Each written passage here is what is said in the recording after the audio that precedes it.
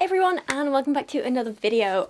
Just a little warning before we start, I do have to leave for my writing group in just a couple of hours, and this is a very long video script, so if my hair, makeup and clothes change halfway through, you know why. I've had to go, do some writing, meet some friends, drink some wine, and I'm coming back the next day to film this. Recently though, I have had quite a few requests to speak about the Collins family. Now you know I speak a lot about fundies and kind of outrageous and harmful religious beliefs here on this channel, and the Collins family is no exception. They are both outrageous and harmful, but also I feel like they're a family that I haven't really seen many people speaking about here on YouTube, and I wanted to change that with a deep dive into the family. Now, I haven't seen many people talking about the Collins family, the Collinses. We'll go with Collinses. I haven't seen many people talking about them here on YouTube, but I have seen a lot of posts about them over on the Fundy Snark subreddit, which is where I got the idea for this video in the first place,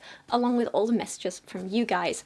And I started writing this video thinking, oh, this will be like an easy script, so all good, I'll just talk about a couple of Instagram posts, bam, 20-minute video, done. Script will take me a day. The more digging I did, the more bizarre I found this whole family is. And this script has taken me 3 weeks to write and currently sits at over 31,000 words. And I still don't think I've covered everything. So, some background. The Collins family is made up of parents Karissa and Mandre, both now in their 40s, and their 10 children whose names all begin with the letter A. Yes, is anyone else getting Duggar vibes? There are 7 girls and 3 boys who are all currently aged between 14 years old and 6 months old. Mandre you may recognise if you're a sports fan, because he is a former professional basketball player who apparently used to play with the New York Nationals, but I honestly know nothing about sports and I thought that meant nothing to me, so I had to do a little bit of digging into that, but we'll get to his credentials later in the video, don't worry. Now, as I mentioned, the Collins family are fundies. They currently live in Texas, and of course, they homeschool their kids. I think currently 9 of them are in like a homeschooling program. The other one is still literally breastfeeding and tiny and can barely hold their own head up, so there's that. To summarise, it seems like they follow the Quiverful movement, although they haven't quite named it as such. But they are, as far as I've seen, adamantly pro-natalists and anti-choices. They are homophobic and transphobic. They are anti-vax. They nearly killed their dog because of neglect. They have nearly killed their children because of neglect, and in particular unnoticed and untreated UTIs, which turn septic. And they have pretty much all the harmful beliefs you could think of. Karissa, the mother, is the focus of this video primarily because she's the one who posts stuff online. This isn't to say Mandre isn't as harmful and he hasn't done some really bad stuff. He has, which we'll talk about in the video. But overall, I feel like there's not as much to say about him simply because he's not put as much of himself online as Karissa has. Karissa, however, basically builds her career off using her children to create Instagram videos and photos and Facebook kind of blog style posts which push her harmful agenda in ways which may or may not be scarring her children. Or if a car was gonna hit you, I would move you out of the way and I would take the hit and I would die for all of you. I would give my life for all of you, but only if you're alive. You have to be born first. If you're in my womb, I wouldn't die for you. And my future babies, I'm not sacrificing that. I would definitely not die for them, but you're here and you're alive, so I would die for you. I'll die for you. She also uses her children to sell crappy MLM products, and I think we all know how I feel about MLMs.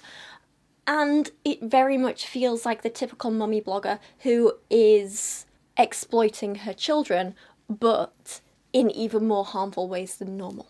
So overall, I felt like this was an important video to make in order to hopefully correct some of the misinformation she spreads, combat some of the hateful and intolerant messages that she spreads, and hopefully raise some awareness of the dangers associated with both families of this size, family blogging, exploitation of children in general, and her specific harmful choices around raising children.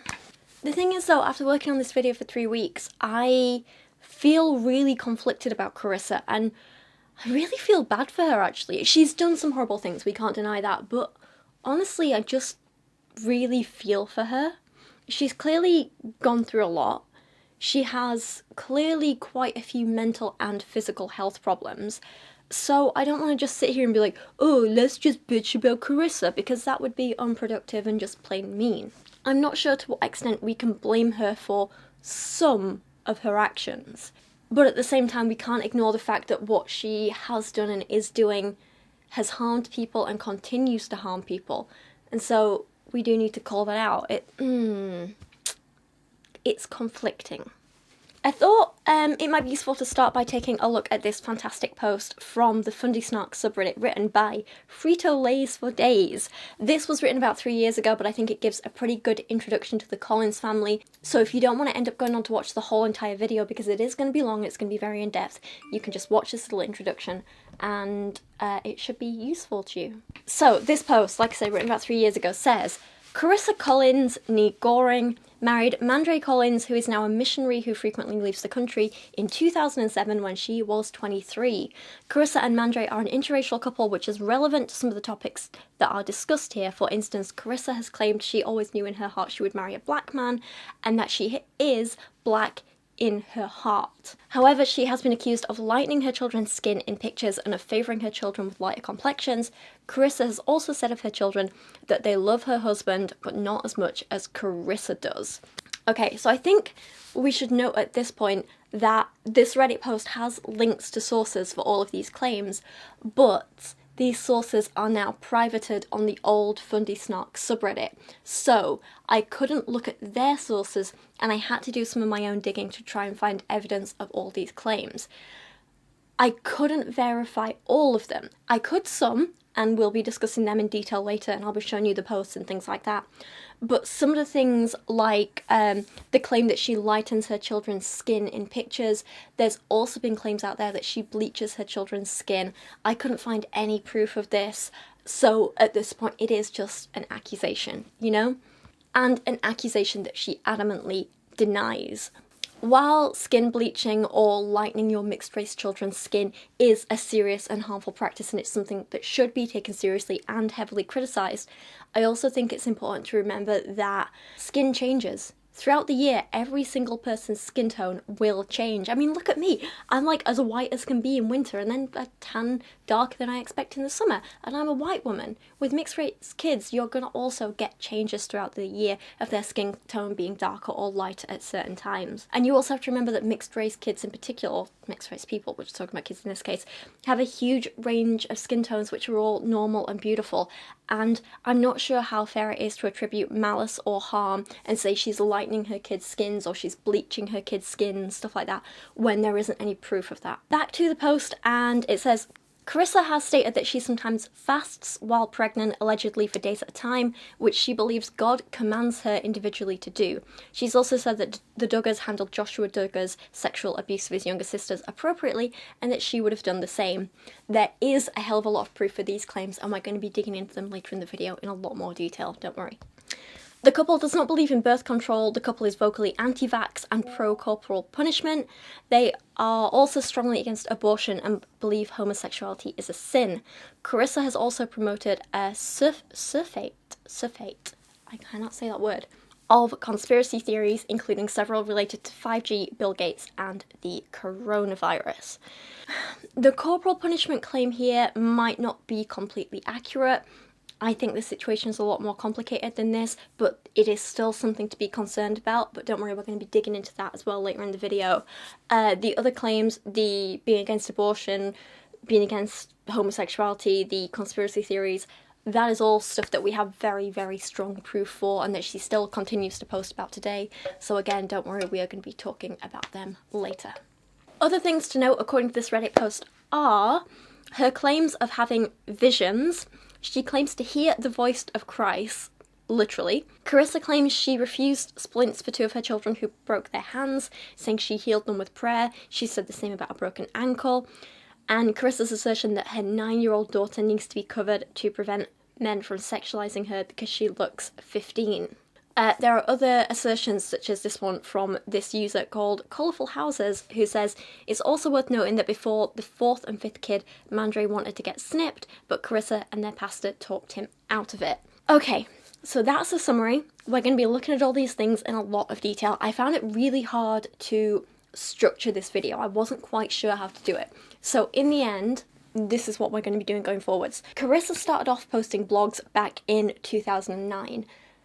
And to start with, we're going to be reading through these blogs in chronological order. There's 2 of them. We're going to go through all the interesting posts, talking about them in detail, and that'll give us some background to Karissa, her beliefs, and that sort of thing.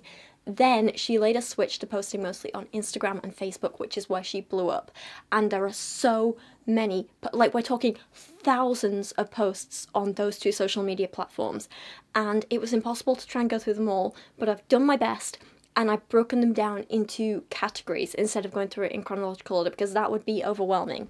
So instead, our categories are ProNatalism, marriage advice, homophobia and transphobia, defending Josh Duggar / victim blaming, bad medicine and body issues, and also in that I'm throwing in just like bad science, conspiracy theories, that sort of thing, homeschooling, and then Karissa's responses to criticism.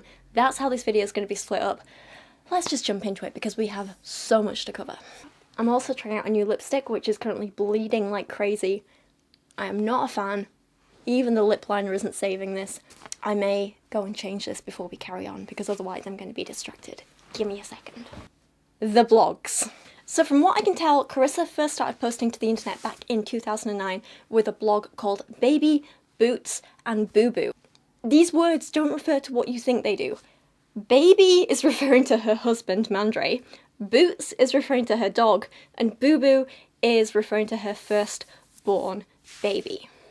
And oh my god, I haven't told you the names of her kids yet. There are so many names and they have such odd spellings. Let's do that now. Okay, at time of making this video, we have Anissa, who is 13 / nearly 14, Andre, who is 12, Aniston, who's 10, Angeli with a J, who is 9, Anderson with a Y, who is 8, Angel with a Y and a J, who's 6, Answer with a Y, who's 5, Anchor, who's 4, Anthem 2, and Armour, who isn't even 1 yet. There we go, they're the kids. So the boo-boo in this blog is referring to Anissa, who wasn't even born when Karissa started this blog, but was by the time she stopped publishing to this one. Okay, let's get into this.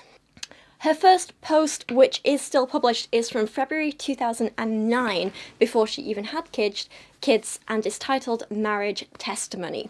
In this blog post, Karissa writes, I wanted to share all the ways that God is working in our life since we got married on May 23rd, 2007. We moved to Fort Worth, Texas about a week after we got married on June 1st, 2007. And we did not have jobs, didn't know anyone here, didn't know our way around, and just started our life all over. It was kind of scary, but at the same time it was exciting. We searched for jobs for about a month, and then Mandre found a job at Geosphere. Geosphere is a travel company, and it was the easiest job he has ever had. All he had to do was sit down with people that came into the building for a timeshare presentation and sell them the package. Well, about a week later, I became the receptionist at the same company. She goes on to tell us about how that company had an awful work environment, but it didn't matter because the pay was amazing, and Karissa quickly got promoted, which meant more money. What you'll notice, especially in these early blog posts, is that Karissa had a really, really big focus on, oh my god, more money. Money is so amazing. We have so much money. We need to get more money. Money, money, money. This was back before she had kids. She was money mad, which is very different to the way she speaks about money now. So it's interesting to see how her priorities have shifted and how she's grown and changed as a person. Like many fundies, Karissa also spent a lot of time in her early blog posts talking about how horrible marriage is and how unhappy she was. Life was good, but marriage was also hard for us our first year. We were adjusting to each other's annoying traits and at the same time trying to grow in Christ together and find a church together. I've said this before and I know it's a complex issue, and there are a lot of different circumstances, but on the whole, how can you not know someone's annoying habits and annoying traits and all that sort of thing before you marry them? It's like they just marry a stranger and then get shocked when it's not all perfect. Like, how have you not agreed on or discussed core values like religion and what church you want to go to and what day-to-day life will be like before you get married? Surely they're the fundamentals of agreeing to marry someone. Shouldn't the first year of marriage be the fun part, not the hard slog? Like, I don't know. It was also at this point that I learned Karissa does not know how to use paragraphs. This entire blog is like this, where it's just a wall of text. It is horrible to read, and I know it's a difficult topic. Like, you don't want to be too critical of someone who may have, like, learning issues, things like dyslexia, very normal, not something to be ashamed about. But at the same time, when you make a big part of your content being about how great you are at homeschooling your kids, you'd think she would at least have a basic understanding of grammar and spelling. But she doesn't. All her blog posts are like this, all her Instagram posts are like this, just like horrific syntax, which is hard to read, random grammar that just doesn't make any sense, terrible spelling. It's not great. Back to the blog post, there's more stuff about the company they're working for being dodgy as hell, and how even though they have amazing salaries, they didn't bother to put any savings aside. So when the dodgy company closed unexpectedly, they ended up in like a crap ton of debt, and it really messed them up. Great. On the 10th of February 2009, Karissa also posted this blog post titled, "Can we please have a baby?" Okay, so lately I've been bugging my husband over and over for a little baby. He is not ready and wants to have like $1 million in the bank before we do that, and our house and cars and student loans all paid off. Well, by then I will probably be dead or in a retirement home, so that didn't sit too well with me. Plus I just turned 25 and I'm already too old and wanted to have a baby when I was 22, so anyway, I was all over Mandre about having a baby. So this was interesting to me for so many reasons. Also, it's really warm in here, sorry. So for one thing, 25, it's not too old. 25 is so young, especially like for having kids and stuff like that. Second thing is, this whole sentiment of like, oh my god, I wanted to have a baby by the time I was 22 anyway, completely contradicts recent posts that Karissa has been writing about how when she was younger and first married, she never really wanted to have any kids at all. So she's sort of rewriting history, which is very odd to me. I'm assuming this might be because now she's trying to push this narrative of like, well, if you don't think you want kids, just have them and you'll change your mind and definitely not regret it, which is incredibly dangerous. But it's just very odd. And the third thing is that one thing that hasn't changed is that Karissa is still very much all about the, yeah, let's just have a baby anyway, regardless of circumstances, instead of actually trying to be responsible and wanting to be financially stable first and make sure you can actually look after a baby before you have one, you know? I get that, you know, back then when they were like 25, Mandre's have $1 million in the bank first is insane and probably hyperbolic, and, you know, I mean, whoever has that much money in their lifetime, ever? But I also get his point of like, no, wait, let's wait to be financially stable first and then have a kid. That seems responsible. I'm on his side there. It's a shame she didn't listen to it, you know? So anyway, one day I was praying in church about it because my best friend had a baby and my sister had a baby and I was just baby crazy by then. Learn to use commas. God started to convict me that I should not be taking birth control and that we were living in total faith and trust in every other area in our life for Christ except for this one. We were going to decide when was best for us to have a baby. I talked to Mandre one night about that and told him if we were going to dedicate our life to Christ in total faith, we had to do it in all areas, including when we have a baby. Only God can know when we are physically, emotionally, and mentally ready to have a baby. So that night, I went off birth control. Sounds a lot like it was like her decision and she told him what was happening rather than they discussed it, but anyway. So this is the first obvious instance of her pushing the whole quiverful agenda thing with this whole Christ wants us to have babies when God wants us to have babies sort of thing, you know? For Valentine's Day 2009, the couple wanted to go to a shooting range because Karissa was inspired by Desperate Housewives. Interesting, right? Now, don't get me wrong, back in the day I used to be a huge Desperate Housewives fan. Love the drama, great, but doesn't feel like a very Christian program, does it? I'm not sure that that's something she'd be promoting now, so it's interesting to see how much she's changed in the last 14 years. But they wanted to go to the shooting range, but they didn't because it turns out they couldn't afford it. Again, just saying, like, maybe if you can't afford date night, maybe you can't afford a baby.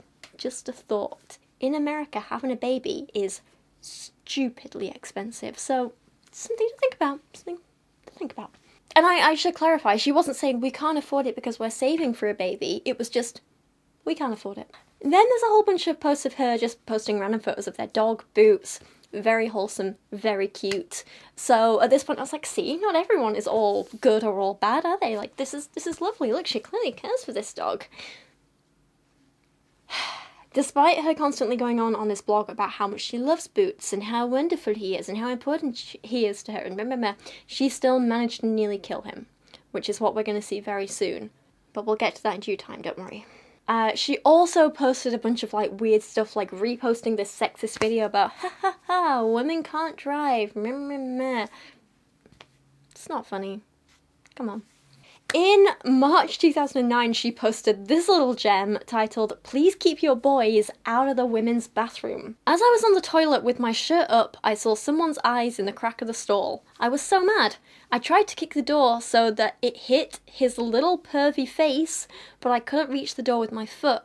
So I started like grunting, but he kept staring and his mum kept saying over and over, "No, Joey." But did he stop looking? No, of course not. Ugh, I was so mad. So I finally get out and he's staring at me with these nasty little eyes, like, haha, I saw you in the bathroom eyes. He was probably 8 years old. Anyway, it was the most annoying thing I've been through, and I have to say, kids have been annoying me everywhere lately. Today in Walmart, I was standing in line and some little girl was behind me and her mum left her with her cart for a while and she decided it would be funny to run her cart into me a few times. So hilarious, these little kids. Maybe I don't want kids anytime soon. Smiley face. She doesn't know how to pause, does she? I have so many thoughts with this, I don't even know where to start.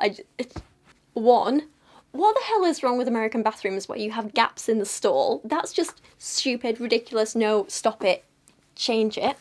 Two, where was this kid's parent? Well, where were both these kids' parents? Why aren't these people watching their kids? Again, stop it. And three, this seems kind of like a nasty way to talk about kids from someone who's constantly telling us today how wonderful kids are. They're so great, they're so brilliant. Everyone loves children, right? You didn't. Just kind of sounds like a mean, angsty teenager, doesn't she? There are also lots of posts from around this time about how to have a better Christian sex life.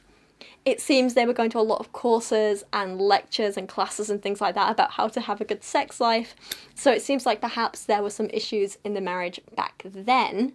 Based on something we're going to see much later in the video about what she thinks is and isn't acceptable in sex, I can maybe understand why they were having issues, but don't worry, we'll get to it in due time. This post in particular includes highlights like, before getting married, make sure and know that, the syntax. Before getting married, make sure and know the sexual history of the person. If they can't manage themselves sexually before marriage, they then won't change.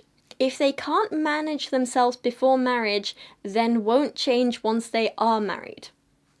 Now, if this was referring to a kind of once a cheater, always a cheater mentality, I could understand it, you know? I'm not sure I 100% agree with it, but I don't disagree with either, so I could understand it. But that's not what Chris is referring to. It's more like, if they've had sex outside marriage once, there'll always be a disgusting harlot who will try and jump into bed with anyone with a pulse, which is, of course, just silly and harmful, and we need to stop with that messy, silly narrative. She goes on to say that America is ungodly, immoral, and a pagan place. Sexual promiscuity has taken over the world. And I'm sorry, but ungodly and pagan seems like an oxymoron to me. I also know Chris won't believe this, but honestly, most pagans I've met are wonderful people who have great morals and are in fact some of the best people I've ever met, so maybe educate yourself, Karissa. She says, keep other people out of your brain and out of your mind. Oh!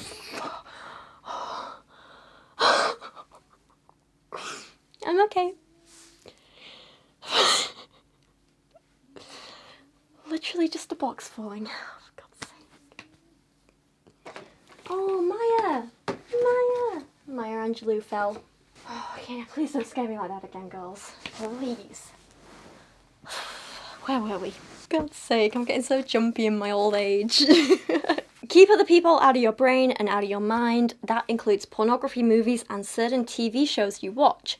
Pastor said he can't watch Victoria's Secret. It's lusting in front of his wife. In my notes here, I just wrote, I wonder if this is when she stopped watching Desperate Housewives. She said, sex completes your marriage. No more excuses, women, about headaches and long days. This is what you owe your mate. There shouldn't be an excuse that keeps coming up to deprive your mate of sex. Now, I don't think this needs saying to you guys, but of course, this is just dangerous, right? And sadly, it's not the only time she talks about having a sexual duty to her husband. This is something she keeps on posting right up until, like, last week. She's still doing it, you know? I've spoken about this in other videos, but of course, no matter what the gender of you or your partner or partners, you never, ever, ever owe anyone sex. It is not and never will be a duty. It's an experience to be shared and enjoyed by everyone involved, not just you having to do something out of obligation. You know, it's not like washing the dishes where, like, oh, someone has to do it or they'll get molded. No, sex is not an obligation. Please stop treating it as such. When Karissa posts stuff like this, when people in general post stuff like this, it's telling people they don't have or don't deserve bodily autonomy, and that is so, so harmful. I'm going to keep saying this, but if someone has sex with someone else without their full and enthusiastic consent, that is rape. Karissa is essentially condoning and encouraging rape. She is condoning and encouraging for victims of rape to stay silent and keep allowing themselves to be raped. It is disgusting, and I'm not exaggerating there at all. That's what this is, frankly. I think these posts where she talks about this duty, how you have to have sex, how it's something you owe someone, these are some of her most dangerous beliefs and posts. And I honestly don't know how or why so many social media platforms keep allowing posts like this on their platforms. I really don't. She goes on to say that Mandre and I have totally different love languages. He grew up with affection and so needs physical touch to feel loved. I grew up with gifts and I need gifts to feel that he loves me. Okay, nothing wrong with different love languages, but I did find this quite funny because, again, it's kind of showing this slightly materialistic side of her again, like we saw with the money posts earlier. Just kind of made me have a little giggle. Silly little thing, not really harming anyone, I just found it interesting. As of April 15th, 2009, Karissa announced she was pregnant and posted about eating a lot of junk food with the caption, "Don't worry, I felt horrible after I ate it, like I was a little Willy Wonka miniature fat person walking around, so I won't do it again." Babe, you're pregnant, you can eat what you want. Enjoy yourself, satisfy those cravings, you know? Like, I wasn't keen on the body shaming here, but this was just the first of many hints about Karissa having body image issues and eating issues, and in general a difficult relationship with food, and it's something that I really do feel bad for her for. You know, I think this is something where there's no point being snarky and mean. This is genuinely something she struggles with and needs our compassion with. She deserves our compassion, that's it basically. I do think it's a difficult topic in general when we talk about issues with food and stuff like that, and it's a discussion the internet has definitely been having more and more over the last few years, especially when it comes to extreme cases with things like eating disorders, you know? I don't have a solid answer for what's right or wrong or what we should do. It's something I'm still very confused about and conflicted about. And I don't know, it's difficult because we'll dive into seeing many, many more examples of Karissa's food and body issues later in this video, so please keep this discussion in mind when we get to them. But like, if Karissa or any content creator is struggling with these issues, it's clearly an illness. And for that, they deserve our sympathy, our compassion, our support. They don't deserve to be shamed for it. They don't deserve to be belittled for it. They don't deserve to be insulted for it. And of course, just because someone is ill, that doesn't mean they should have their platform or income taken away from them, right? Like, I think I've said this before with like the Eugenia Cooney debate. People talk about her and her illness, and she's clearly in a very, very bad place right now. And people are saying deplatform her. But then we have to think, well, she's ill like anyone else. Should she have her income taken away for being ill? What if we said, okay, deplatform this person with cancer or a broken leg or a mental health problem or things like that? Where do we draw this line? What's okay and what isn't? I really don't know. Because unlike something like cancer, or, well, I guess maybe even with a broken leg if they got it doing something dangerous, but with something like cancer, generally people aren't to blame. Well, actually no, because like what if they've been smoking 50 cigarettes a day every day for the last 20 years and they get lung cancer? With a broken leg, maybe they got that by doing something dangerous and stupid. So I don't know. Because the point is like, what about when it gets to the point where they're glamorizing, encouraging harmful behaviours in others? We can have sympathy for someone being ill, whilst also understanding that by kind of maybe glamorizing their illness or not taking it seriously or displaying it in the wrong way, they're encouraging harmful behaviours in others, maybe. I don't know. It's one thing to talk about your own experiences, it's another to promote them as being normal and encourage them in others. So is there any point where we should deplatform an ill person because of their illness? I really don't know. I don't know. I do think it's important that when we talk about these topics, we don't generalize too much, and we kind of do look at things on a case-by-case basis. And I think it's really important to remember that these are really complicated issues. There's no solidly good or bad guys. Karissa Collins isn't bad. Eugenia Cooney isn't bad. But neither are they good. It's, oh God.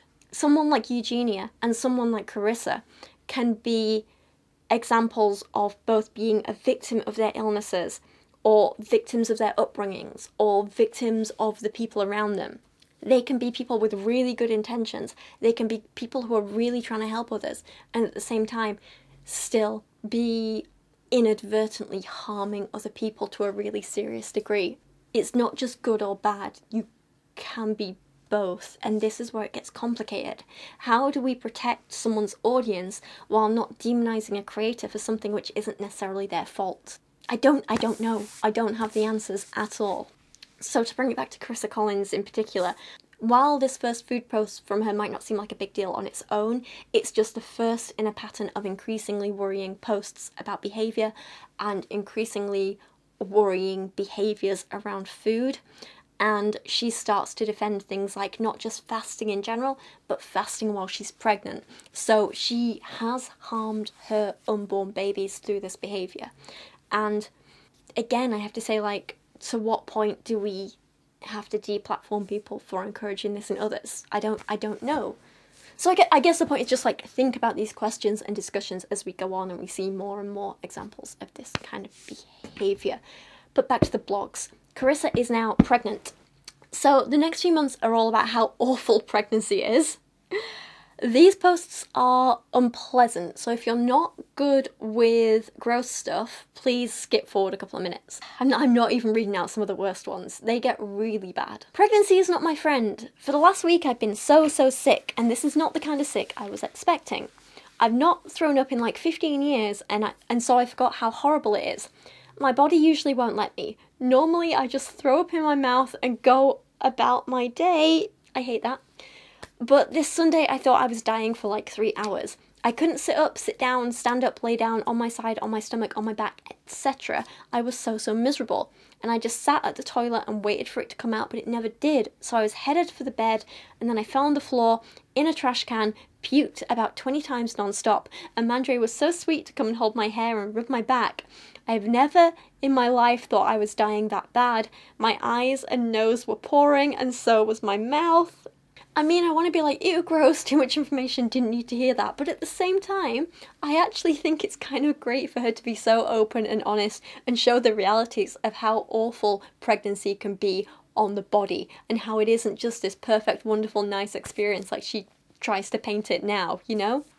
She's not this honest these days. Not by a long shot. It's quite funny. Like, she's barely even pregnant at this point, and they haven't even had the baby, and she says, Mandre told me this has to be my last baby. That's so sad, but right now, I am kind of agreeing. Didn't last long, did it? Oh, this next post, though, in all seriousness, is probably one of the most irresponsible, dangerous things I've ever read. Karissa titles it, How Could I Be a Mother? This is the story of how she mistreated, neglected, and nearly killed her dog.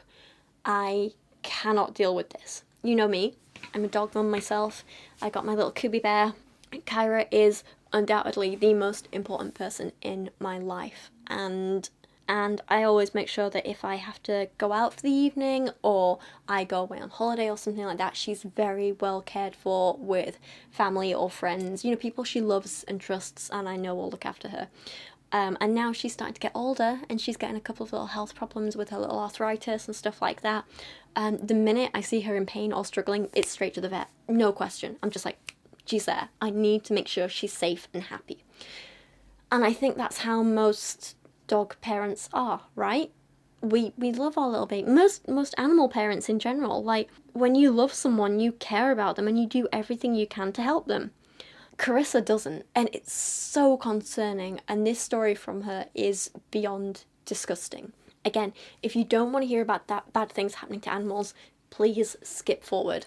I will leave some timestamps on screen and stuff like that, because for all I felt sympathy for Karissa for certain things like her illnesses and whatever, and for all I try and see the best in people, with this post in particular, I think everything she's written here is completely inexcusable, and I am judging her harshly for this because it's terrible. There's no, oh, she had good intentions with this. It's just, no, you're an awful person.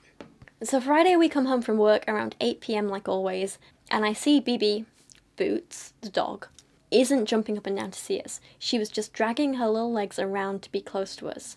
So I think anyone who's been around animals at all will know a drastic change of behaviour like this is a huge red flag.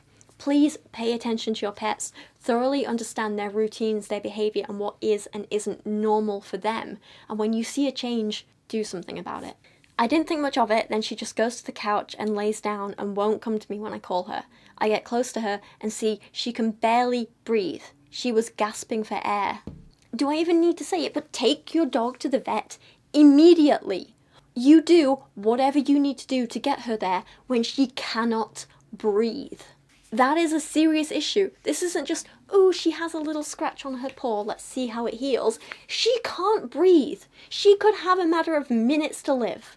You do something there and then. You get help. Karissa doesn't though, of course, because she's an irresponsible idiot. I tried to get her any number of our different variations of treats, and she won't eat or drink anything, so I start to get worried. I hold her close and she's literally gasping for air, and it's really, really bad. Awful. She can't hold her head up. She couldn't get comfortable at all. She looks at me, and her eyes start to roll into the back of her head, and her eyes turned cloudy, and then I started to panic. I started crying and freaking out that my baby's dying. So we tried to take her on a walk, but she could care less and just can barely walk. You mean couldn't care less, but that's the least of your problems here. You can tell she's in a lot of pain. Again, for God's sake, take her to the vet immediately. She can't breathe, she's faint, so you're like, oh, I'll take her on a walk. No, you're an idiot. We get 2 houses down and I realise that she's suffering, so I turned around and go home. We do not know any vets in town and it's 10 p.m. by this time. No excuse. You have a blog, so you clearly have access to the internet. Google it, find her a vet, take her there. It doesn't matter if you have to drive an hour to get there, you get her there. So we put her little body that can't breathe in bed and pray for her all night. This won't help, you're just gonna kill your dog. I couldn't figure out why she was acting like this. It was so weird. She usually acts like this, not nearly this bad, when she eats fertilizer. But we hadn't laid fertilizer for weeks now. I'm sorry, but you're regularly letting your dog eat fertilizer to the point where she can't breathe, she can barely walk, she's faint and she's in pain, and this is a regular thing that you think is okay. This is not normal, this is not okay, you are killing your dog. So with my potent pregnancy nose, I walk to her food and almost pass out. I pick up her bowl and there are maggots and mold in the bowl. I start to think. When we left for the cruise, she still had food in her bowl, and when we got back, it was still there. A 2-week cruise. 2 weeks! With this food just left in the bowl. Our house smelled good when we got back to us, and nothing smelled bad at all. Missing words here. Well, I just put some food on top of the food that was already in there. This is canned food, not refrigerated. So to clarify, because this is poorly written, I've already had to throw some words in there to make it make sense. They left wet dog food which is canned, which is normally meat, veggies, and gravy, in a bowl, just out in the open, in the heat, with flies and all sorts around. They left it out in the open for 2 weeks while they went on holiday. This, obviously, because it's food, rotted, had flies laying eggs in it, maggots grew. What did they expect? This is what happens when you leave food out for 1 to 2 weeks, whatever. When they got back, they didn't even bother looking at this rotted food. They didn't even clean out this bowl, which is something you should be doing for your dogs regularly, at least every other day. Just, rinse it out with some water and soap, chuck it in the dishwasher, whatever you need. Make sure your dog's bowls are clean. Then they took another can of non-refrigerated meat, immediately put it on top of the rotting meat and fly eggs and maggots so that could rot too, and then they made their dog eat it. Well, apparently that food was no good and had moulded while we were gone, you don't say. So I stand there throwing up and very upset because if she dies, I'm the one that killed her because I was too lazy to clean her food bowl. I felt horrible. How could I possibly almost be a mother if I'd almost killed my one and only baby? Yeah. You would have killed her, Karissa. It would have been your fault. This is a serious level of decay. How do you not notice it this bad? How do you feed her this and not notice? Like, maggots. Maggots! Last month, I sent a proper full-on Karen email to Tails because I found one piece of mouldy dry food in Kyra's entire several kilogram bag of food, and I went full Karen, and they sent out replacements and everything, and I was like, they were like, oh, can you just think no, throughout the entire bag, because that's the thing with mold. If you can see some, there are millions of mold spores that you can't see. That entire bag was tainted because of one piece of mouldy food. That's not another exaggeration. That's what you do to keep your animals safe. So when you've got literally rotting meat, moulded over, covered in flies and maggots, how do you not notice that? Just pile more food on top and feed it to the dog anyway. And also, I'm sorry, but why are you giving them canned wet food that isn't refrigerated? Kyra has a mix of dry biscuits and little wet food trays from Tails. These don't come refrigerated because they're fine, they're preserved, they're sealed. But the minute they're opened, it goes in the fridge. When I'm not actively putting it in her bowl, it's in the fridge. Because one of those little trays is 4 meals worth that gets mixed with the biscuits. It's common sense. If you have meat and wet food, you refrigerate it. It's not that difficult. And back to the mold thing, like I said, if you can see visible mold, that means there's so much mold there that you can't see. The people who think it's okay to just oh, cut a little bit of mold off the bread, no. If you can see the mold, there's more mold going through it. You are just eating more mold, but invisible. Food poisoning is so serious. Why don't people take it seriously? This whole story makes me furious. That poor dog. And the dog is tiny. You've seen the pictures. The dog is a tiny, tiny little thing. Being forced to eat maggots and mold. I am surprised they didn't die. That poor baby. But the suffering she went through, the not being able to walk or breathe, or the faintness, that poor dog did not deserve that. It's bad enough that she neglected her enough to let her food get to that point and then still continue to feed it her. But then to see she's suffering, realise what's causing the suffering, and still not take her to the vets. Karissa continued. Well, the good news is that at 3 a.m. she jumped into our huge and high up bed with me. And so that was awesome because that night she couldn't barely jump onto our small couch. So she was better in the morning, and by lunch we got her to eat some chicken. So baby is okay by the grace of God. I know that he saved her because she was for sure dying that night. I just pray to God that she lives to be a big sister to the baby. That baby will love sweet and innocent little boo-boo. Karissa doesn't deserve to be around animals ever again. That dog deserved so much better. For this story alone, I hate this woman. All for people growing and changing. People make mistakes, people grow. This is fine. I support that. I believe people can get better and be better people. I don't believe we should repeatedly punish people for their pasts.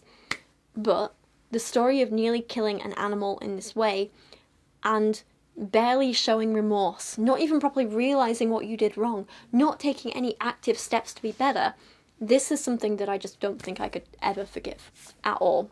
And the worst part is that sadly this kind of neglect seems like a pattern for Karissa. We'll see later in the video that now that she's got kids, she still ignores so many of their symptoms for so long and refuses to take them to the doctor or the hospital for treatment when they're ill. And this has even led to one of her children nearly dying from a really bad UTI twice. This kid has ended up in intensive care, I think twice before their second birthday, for the same reason, because of this neglect. But we'll get to that later in this video. She follows up this horrific story about her dog by posting another story of her neighbour literally torturing a chihuahua to death. And Karissa acts like she's disgusted by this. Of course, it's just awful. But apparently she knew about this abuse of the chihuahua going on for so long, so why didn't she do something about it? Why didn't she report it? Why is she blogging about it like it's some gossip? It is horrifying to read. This woman is revolting in every way. Let's move on to something a little more digestible. As of July 2009, Karissa posted her 5-year family plan so that she would have a baby every single year with no breaks. She says, so the other day I ran my 5-year plan by Mandre and he didn't seem to disagree with it. So right now here is my plan at least. Anissa, born 13th of November 2009. This is my prediction of when she will be born. Trey, born October 2010. Andre, born September 2011. Girl, not sure of the name yet. August 2012. Boy, not sure of the name. July 2013. So that means by the time we are 29, we will have our complete family of 5 children. She planned this before she'd even given birth to one. Don't worry though, we'll see later how this worked out for her. I think you already know. She goes on to make this interesting point about pregnancy though in August 2009. Pregnancy is a crazy thing. Boy, do I wish our husbands could feel what we feel. If I was the one that made men, I would have had them be able to experience all the pains, fatigue, the funny little kicks, which soon will not be so funny, I'm sure, because she'll be kicking my ribs, the nausea, constipation, being out of breath by walking, labour pains, being poked with all kinds of tests, emotions, swallowing horse pills even though I refuse to, etc. But if men could experience that, then our lives would be upside down, because then there would be 2 emotionally unstable and in pain people in the house whining about the pain and no one to do the housework or to lean on for support. So I guess that's why God made men different. It all makes sense now. But I still wish every once in a while God would show our husbands a little fragment of the pain. Don't even know what to say to that. God, it's very different from a lot of the stuff she spouts about pregnancy today, as you'll soon see. She then spends a few posts posting photos of her niece in the bath, which of course I'm not going to show you. It really shows to me though that Karissa has never had any boundaries, appropriate boundaries, when it comes to posting kids online, and she still doesn't. I mean, I can't believe I even have to say this, but just please stop posting photos of naked children and babies online. You might see it as perfectly innocent, and so might a lot of us, but there are horrific people out there who will use those photos in horrible ways, share them with horrible people, and essentially victimize your children. Just don't do it. Simple as that. I think it was in my video on Ruby Frankie and Jodie Hildebrandt that I mentioned the story of a woman who, she was just like a family blogger, family vlogger, and she posted completely innocent clothed photos of her kids online, and then one day found that they'd been shared to child pornography websites, and people were doing horrible things to these images of her children. She was rightly horrified, and she ended up just like deleting her whole blog, her whole channel, her everything, because she didn't want to victimize her kids in that way. Why can't Karissa learn from that? Why can't so many of these mummy bloggers learn from that? There are more awful pregnancy posts too, like this one from 2009 about having pain and migraines while pregnant.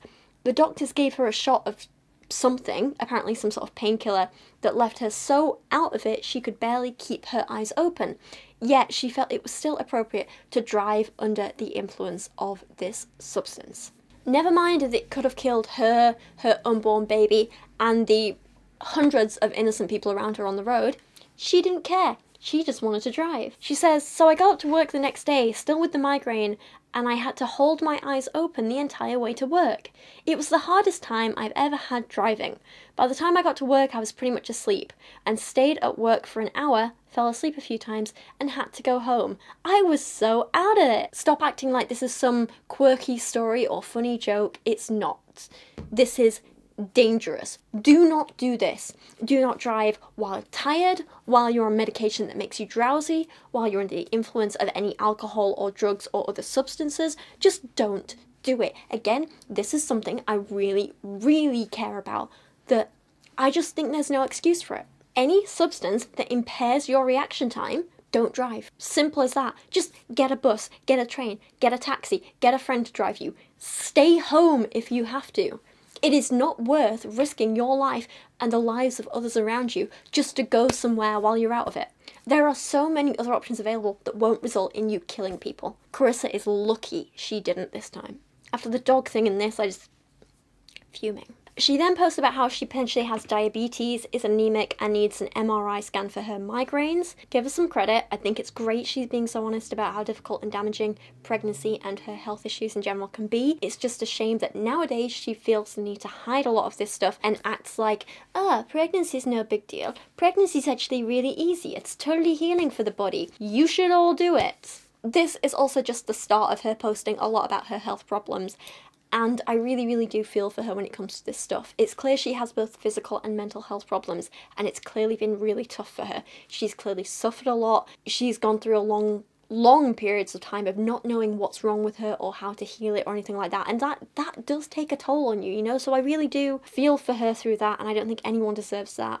It's just a shame she's taken all these experiences and turned it into her now telling people, see, we can't trust doctors. We shouldn't use this kind of medicine at all, which is really, really dangerous and harmful. The next post is one which confuses me, and maybe some of you with more experience of pregnancy than me can help me out with this. Karissa says, so I did want to have Anissa early and wanted to have preterm labour, but now I think I'm experiencing it. I no longer want her to come early, so I'm trying to find out how to make it go away without having to go to the hospital. And I read this and I tried Googling and I'm still very confused. Like, is this a thing? People wanting their babies to come early. People wanting their babies to be born premature. Is that a thing? And if so, why? Premature babies are more at risk of health problems and literally dying, so I don't get why anyone would want that. It's very confusing. Is there something I'm missing here? There are cases where you sometimes have to deliver a premature baby early and induce labour if the mother is at risk of like if she has preeclampsia or something like that. But that isn't the case here. Karissa didn't have that problem, so why did she want her baby to come early? I do not understand. I'm very confused. Maybe you can enlighten me in the comments. Towards the end of her first pregnancy, Karissa became a little obsessive over her weight. There are a ton of posts with her bragging about being the smallest pregnant lady in her doctor's office, tracking how many pounds she's gaining day on day. Towards the beginning of November, she posts that, I gained 6 pounds in 2 weeks. That's a lot. Man, maybe I need to slow down. It's completely normal to gain weight during pregnancy, especially in the late stages, where a lot of that weight is literally the baby itself growing to a healthy weight to be born. Babies grow so rapidly in the last couple of months, they really do. So putting on weight in general, normal. It's okay. You don't need to slow down and risk your baby not getting the nutrients they need. Just put your baby's health first and make sure you're taking care of yourself as well, yeah? Don't worry about your weight. It's all good. As she nears her due date, she wrote, okay, here are pics of me at 9 months last night. I feel like I gained 3 pounds a day. Ugh, I am big. And at her last sonogram, Karissa notes that, so after being weighed 181 pounds, I've gained 40 pounds so far. Golly. The doctor, who didn't believe that I was dilated, checked me and said I am 2 to 3 centimeters dilated and the baby could come any time now. And then she complains that her baby is, the actual weight of her baby inside her is bigger than her niece was when she was born. She says, on the sonogram, the baby weighs 7 pounds right now, so I'm measuring big that way. That means my baby will be double the size of Parker. So sad. So sad. 7 pounds is literally the average weight of a newborn baby. Some are smaller, some are bigger, but the average is 7 pounds. You're complaining that your average baby, your perfectly normal, healthy baby, is twice the size of her cousin. So sad. Karissa is literally fat shaming a newborn baby before they're even born. I cannot. It is insane.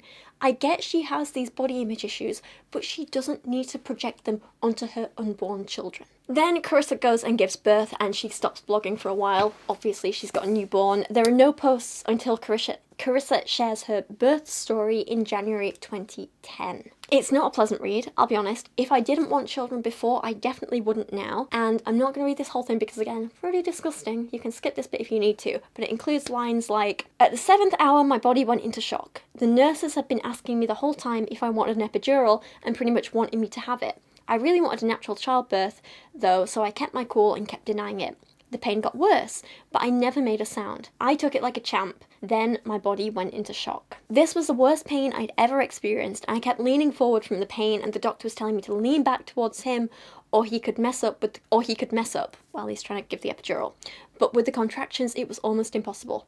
He was also cracking jokes that this was his first epidural, and let me tell you, at this time, I did not find that funny." Okay, I do feel for her for that. So Mandre was holding my hand and I had a puddle of tears in front of me. In order to get her out, the doctor had to cut me because she wouldn't fit. So I thought I was having, again, more body shaming of the newborn. I thought I was having a 9 or 10 pound baby, and really chubby one at that. And when I saw her, my heart just filled with so much happiness. Her little body was so long and so tiny. She wasn't chubby at all, and I was so excited. She was adorable. Can we not? She did a great job breastfeeding until I gave her a passy. Once I did that, she refused to breastfeed. She didn't eat at all the second day. We left the hospital around 4 p.m. the next day, the 13th. When we got home, she still wouldn't breastfeed and went like 40 hours without eating, and I broke down. I started bawling because she was acting like she was dying and couldn't breathe, and so I couldn't stop crying and wanted to take her to the hospital. Luckily, my mum was there and told me she would be fine. And she ends with, "I still want another one soon and would be okay with getting pregnant in 1 month. It's really hard to stay up with her all night because she won't sleep at night, only during the day. But I know it'll all be worth it. We love her to death." So much we could say about that. But the one thing I want to concentrate on at the end there is that I want to be pregnant within a month line. Seriously. After she's literally had all that extreme tearing down there during childbirth. Having sex at this point could literally lead to a really serious infection. She should not do it. Almost all doctors don't recommend you have sex until at least 6 weeks after giving birth.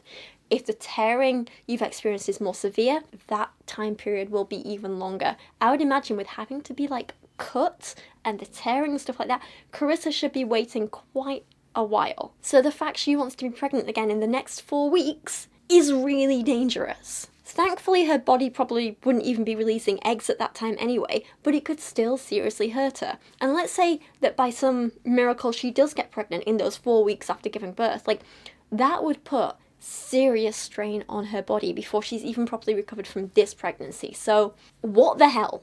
This is followed by her posting a ton of baby photos and making jokes about how they couldn't even clean the baby properly for weeks. It's pretty gross. They talk about how like the baby ended up with like milk in like the creases of its skin, and they weren't cleaning or washing her properly, so the milk was like rotting under the baby's skin and like smelling bad, and like again, I don't want to call it neglect, but it's another example of Karissa being neglectful. There's no other word for it. It's no other word. Karissa posts a crap ton of baby photos, and again, it's concerning because she posts things like photos of her changing the baby's nappies. And again, I don't feel like that should be on the internet because you don't know who's going to find them and use them in the wrong way. But that is pretty much it for Karissa's 2009/2010 blog. After this, she started a completely new blog with the title Us 2 Plus 3. She started this in September 2011. It was at this time she started to speak a little more about the health issues she's had, which she alluded to in her last blog, but she goes into more detail on this blog in a series of posts. For example, "I've been suffering from many different random weird symptoms for the last 5 years. They include blacking out, migraines, numb arms, hands, feet, legs, back pain, dizziness, blurred vision, loss of vision, mini strokes, falling over, and extreme fatigue. They all happen randomly and not for any reason at all. I had an MRI done and they found 2 white spots in my brain and said I'd had some mini strokes and around 2 white spots which were inconclusive. The symptoms seemed to get worse each year, so after I had my first baby, Anissa, my pain and symptoms got really bad and I sought out doctors. I had another MRI done and the 2 spots have now turned into 5 to 7 spots. I was sent to a neurologist who thought I had MS and couldn't diagnose while I was pregnant with my son, so I had to wait until I delivered to test for it. After I had him, I had a spinal tap and the results came back negative, so she doesn't think I have MS anymore. Apparently the latest doctor is thinking that I might have a hole in my heart, so if I would just have listened to the doctor 4 years ago, I might have saved a lot of time and suffering. But anyway, I have a TTE test scheduled for October 11th. This is a test where I swallow a scope and it goes down my esophagus spelled wrong, bless her, to the back of my heart and it views my heart. It only lasts around 30 minutes, but I guess it makes your throat hurt and you can't eat for a few days. But this is okay because I have 20 pounds to lose from having my last baby. Oh, Karissa, bless her. Urgh. See, this is what I mean. I go from hating her to feeling really, really bad for her. Very conflicting. I feel for her health issues. And again, we're seeing this obsession she has with her weight coming back up again. I still have 20 pounds to lose from my last baby. It's like, love, you're having crazy health issues. Focus on getting better. Your 20 pounds can wait. You're fine. Don't worry. And I don't know if you guys have ever seen any photos of Karissa, but she's like a completely normal weight. She's a fairly small woman. She has nothing to worry about. And I mean, even if she was a bigger woman, still wouldn't matter, you know? Again, I felt for her so much with this part. The worst part is I don't have any family close and no one to watch the kids. And Mandre can't get off work at all because he's starting a new job the day before and will be in training and not allowed to miss work, and so I'll be at the hospital all alone. Please learn to use some punctuation, but other than that, I feel for her. Not even sure if they'll allow me to be alone, but I don't really have a choice. I'm still trying to find someone to pick me up from the hospital. It's a really big struggle to not have family close, and I'm having a rough time making close friends here in Fort Worth. Again, I felt for her, and part of me just kind of wondered, did she just start having, a crap ton of kids to stop her feeling lonely? I don't know, I don't want to speculate too much, but maybe. Because that's the other thing nowadays. All her posts are just kids, kids, kids, kids, kids. You never see her having fun with other adults that much. I don't really know if she has that many friends, so again, I feel for her. But then you go from feeling sorry for her to being like, what? Stop it, why? No. 1 minute I'm like, oh, bless her, and then the next she's posting this disgusting stuff like this, and I'm just like, well, ruined it again, haven't you? Next up is a really concerning post, and this is where some of the confusion about whether Karissa and Mandre support corporal punishment or not comes from. Nowadays, Karissa often, sometimes, most recently, has posted that she doesn't hit her kids. She would never hit her kids. But on this blog, Karissa made a joke about spanking her first kid 50 times when she was born for all the pain she put Karissa through in pregnancy. She immediately followed up this line by saying, "I'm just kidding, I'd never actually hit my kid." But then, just a couple of years later, in September 2011, she writes, "I always knew that when I had a child, I wanted to spank my children, but when my daughter got to around 1 year old, I realised I just cannot spank her. The first reason I needed to discipline her was for hitting, and that was probably God's sake, this writing. That was probably why I can't spank her. Why would I hit her for hitting?" Terrible words aside, the fact she doesn't know the word probably or refuses to use it is annoying. But she'd never hit her kids, but she's always wanted to. It's a bit weird, right? But at least now, at this point, she realises that spanking doesn't teach them anything, so that's a good sign, right? Great, she's got that logic there. Brilliant, she goes on. "She doesn't always understand yet why she's in trouble, or I'm not always sure if she knows why we're upset with her, so I hate to make my baby be in pain and think we just want to spank her for no reason." Great, love it. Brilliant. It's actually nice to see a fundie realise this point instead of just parroting the horrible stuff that people like the Pearls push about hitting your kids from the moment they're born. I have 2 videos on that if you want to go and see. You will need a stomach of steel to get through them. The big problem, however, is that this post is followed up by an honestly terrifying statement about Mandre. And despite this post being 12 years old, it makes me incredibly worried about the well-being of all the children today. I don't know if it's just my husband, but he seems to not know his strength. And I feel that he sometimes spanks too hard, and I don't want to cross the line of abuse. It seems to be a thin line. Karissa saying she doesn't think spanking works, but she admits Mandre does it. And sometimes he goes too far and doesn't know his own strength. That's worrying enough until you realise how old the kids are in this. Anissa wasn't even 2 years old at this point, and Andre was maybe like a month old, maybe 2-3 months max, and you're worried your husband is hitting them too hard because he doesn't know his own strength. That is terrifying. I was writing this get your kids to safety now, but then I realized it's however many years old, 12 years old, and I was like, I really hope this isn't still an issue today, but I honestly don't know. Seeing as just a year ago, this video was published of Mandre waving around a spatula with a literal baby, saying that this is what they get spankings with. Watch this. It's good girls. You want this? Whack, whack, whack, whack, whack. That's what you get spankings with. Here you go. You can't expect us to not be worried about the kids when we're seeing this sort of thing. The issue of hitting and child abuse is quickly forgotten about by Karissa, though, as she begins posting hundreds more photos of her kids and then gives us this health update in January 2012. Okay, on November 28th, I had the heart surgery to close the hole in my heart. It was so scary to actually have surgery, but I was excited to finally have these symptoms go away and get my life back. Well, they did the surgery, and when they were in my heart, they could no longer find the hole. God healed me! It was amazing. They said there's a leaky heart valve, but that is somewhat normal. So I'm honoured and in awe to have been healed by God, and at the same time left stunned. All my symptoms are back and in full effect, and I'm back to square one with no answers as to why I'm blacking out, having migraines, back pain, dizziness, numbness, blurred vision, etc. I gave my body 6 weeks to heal, and I'm still in pain and experience a lot of blacking out. I'm scared to drive, and sometimes I have to, but I'm very careful. Hey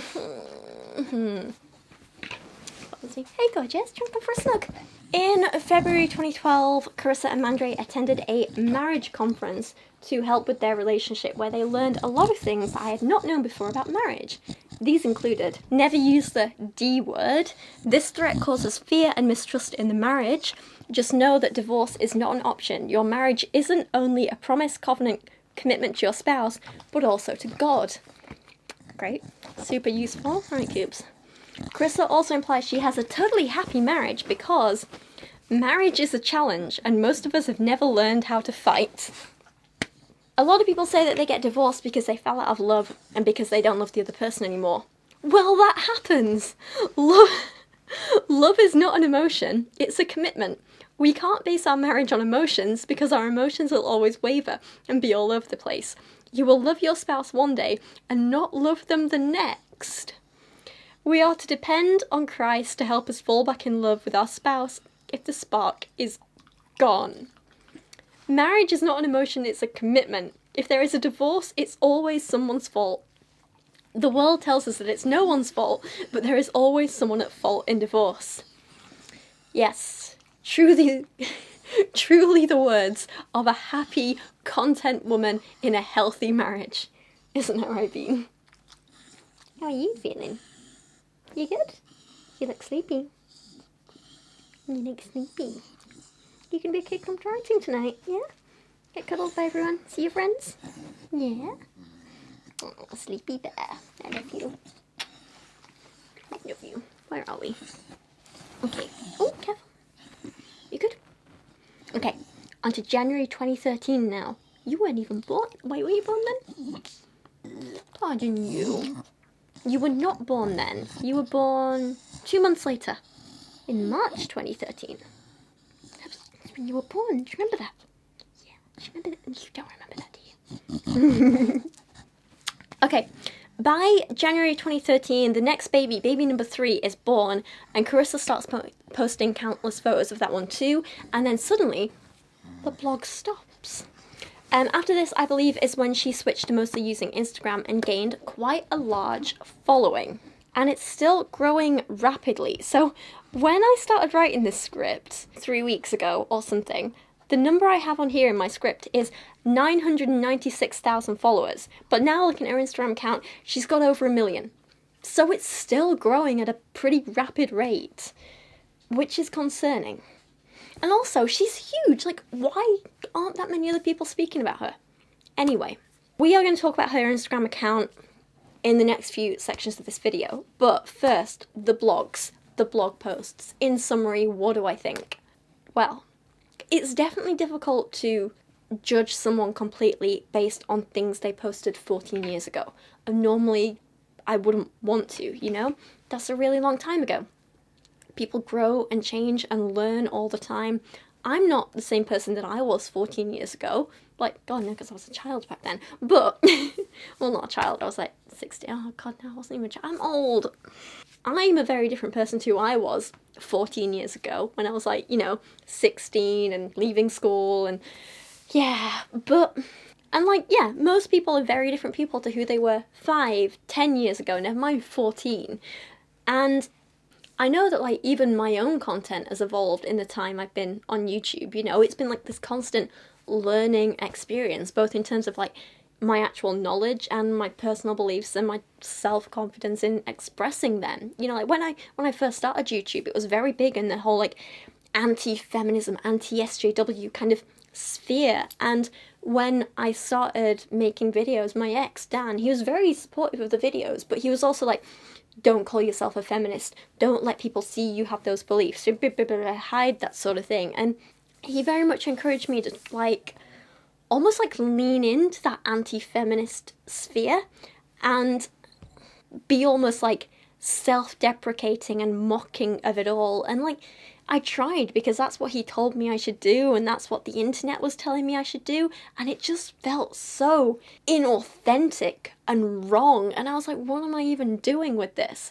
So, and then, you know, so I started being a little bit more of myself online over time and building up confidence to really just like say what I meant. And I left Dan, and that was like a huge turning point for me, where I was suddenly like, hang on, I don't need to pander to him and men like him anymore. I can just be who I want to be. And after that, I felt like I really flourished, and I was learning more, I was like reading a lot more, I really kind of like embraced my feminist feelings, and now I'm not ashamed of it, I don't hide it, I make it very clear and upfront that like this is what I believe, and I'm into equality, and you know, I want to encourage everyone to be supportive of the LGBTQ plus community, of all women, of the rights of people, like, you know, all this sort of thing. Like, I feel good about it now. And I do feel like I'm constantly striving to be a better person and growing along the way. So, on the one hand, like, I wouldn't want someone looking back at, like, my very first videos and being like, see, these are her beliefs today. Because I'm like, no, like, people grow and change. And I look back at other creators I like to watch, I'm like, ooh, nice to see they've grown in that time. Nice to see that, like, even if they thought something wrong then, they don't think it now. I think growth is a wonderful thing. And that's why I'm very wary of wanting to judge Karissa too much for her old content. But the problem arises where, hang on baby, I'll take you out in a second. But the problem arises with Karissa where we haven't seen any growth in those 14 years. If anything, she's doubled down on her harmful beliefs and got even worse in a lot of cases, you know? There are some things where she's changed what she posts about. For example, we'll see she no longer publicly admits that Andre hits her children to the point where she worries it's abuse because it's too hard. But does that mean she's learnt that it was wrong then? Does it mean they've learnt and their behaviour's changed and grown? Or is it just now she's hiding it better? It's hard to say. Has she learnt and grown from almost killing her dog? No, not at all, because now she's almost killing her children through the same neglectful behaviour. And like I say, in other areas it seems like Karissa has doubled down and got worse, especially in regards to her marriage is so hard posts and her homophobic and transphobic beliefs. So in that case, if you want to argue that her old blog posts aren't representative of who she is today, it's only because she's got worse and more harmful. Which is not good, is it? So, rambling aside, to conclude, I think this is why it's still important to look back at Karissa's original older content to get the full idea of who she is today and how she's grown and changed over the years, in a lot of ways for the worse. With that in mind, let's move on to her Instagram account. I have a selection of Instagram posts from the last couple of years I want to look at in some detail, but full transparency, I did not have time to go back and read every single one of the 600, actually no, it's even more now. 6,265 Instagram posts, most of them with a short essay alongside them. I didn't have the chance to read them all, I'm sorry, but I did go through as many as I could before I felt my head was going to explode, and I also found plenty of screenshots of other ones that I would have missed otherwise, thanks to the Fundy Snark subreddit, which has come to my rescue once again. Shout out to everyone who shared stuff over there, you are helping me out a lot, thank you. This great post in particular by Hedgehog Fuzz, great name, links to a ton of copies of posts from Karissa, including posts where she repeatedly defends child predator Josh Duggar, victim blames and shames child victims of sexual assault, pushes harmful medical misinformation, and is repeatedly homophobic and transphobic. I've used this post plus hours and hours and hours and hours of my own research to compile this in-depth look at the current beliefs of Karissa Collins, which I've split into sections based on the topics she speaks about. Let's start with a summary and go from there. But before that, I'm going to take my little grumbly piglet out to the toilet and give her her tea. Okay, welcome back to day 2 of attempting to film this video. I am completely exhausted by Karissa Collins and her family. I filmed some of this yesterday and then the camera died partway through filming, the battery went, and I lost like 25 minutes of footage, so I had a little cry and then went to go meet my writing group, and now I'm attempting this again. Please also excuse the fact that this shirt really doesn't go with my little cover-up thingy thing, but I'm freezing cold today. It is so chilly here, it is raining, it is dark, it is dull, I am exhausted and need some caffeine, and I'm just layering up as much as I can because it's cold. I could do with a hug, please. If anyone wants to send one, send me some hugs. Kubi, bless her, is like proper snuggled up in bed. She is under the pillows. Little bean. Okay, where were we? Karissa Collins' Instagram, right? Okay, so first things first. Most of Karissa's posts in terms of the actual photos and stuff on Instagram and Facebook are just family photos of her, her kids, her and her kids, you know, that sort of thing. And I don't want to show the kids in this video any more than I have to. I'm going to try and censor them when I can. So for the most part in this section, we're not actually, like, I haven't screenshotted the photos because they're not really relevant to the text, if that makes sense. I don't know if it does. My brain's not working today. The point is, I've mostly just screenshotted the captions of the images or the Facebook post versions of them because they're the interesting bits, they're what we want to talk about today, and there's no point plastering her kids even more all over the internet than she already has, you know? I figured we would start with looking at a couple of posts which tell us a little bit about the Collins family as it is today, or rather what Karissa wants us to know about the Collins family today, like in this post where she shares some Collins crew fun facts, including, I never wanted children and my husband wanted 2 children, which really does contradict what she said earlier in that blog, doesn't it, about how she was planning to have her first child at 22. I'm not sure why she's saying this now, pretending like she never used to want to have kids. Now she's blessed because she's got 10. Like, I don't know if maybe she's saying I never wanted to have kids when I was like a 5-year-old, and then her blog's talking about when I was 18 I decided I wanted to have a kid by 22. Maybe each post is discussing different wants at different points in her life. Alternatively, you know, I don't just want to say she's straight up lying. She could be misremembering, she could be referring to different time periods. Alternatively, she may just be trying to push the, just have a kid if you think you don't want one, and suddenly you'll realise you do want kids, because everyone wants kids. Maybe she's trying to push that agenda, but that might be my own experiences making me a little cynical, so take my interpretation with like a handful of salt, you know? She also makes a bunch of claims which are just kind of odd and sort of slightly not true. Like, they're not straight up lies, they're just omitting information which is important.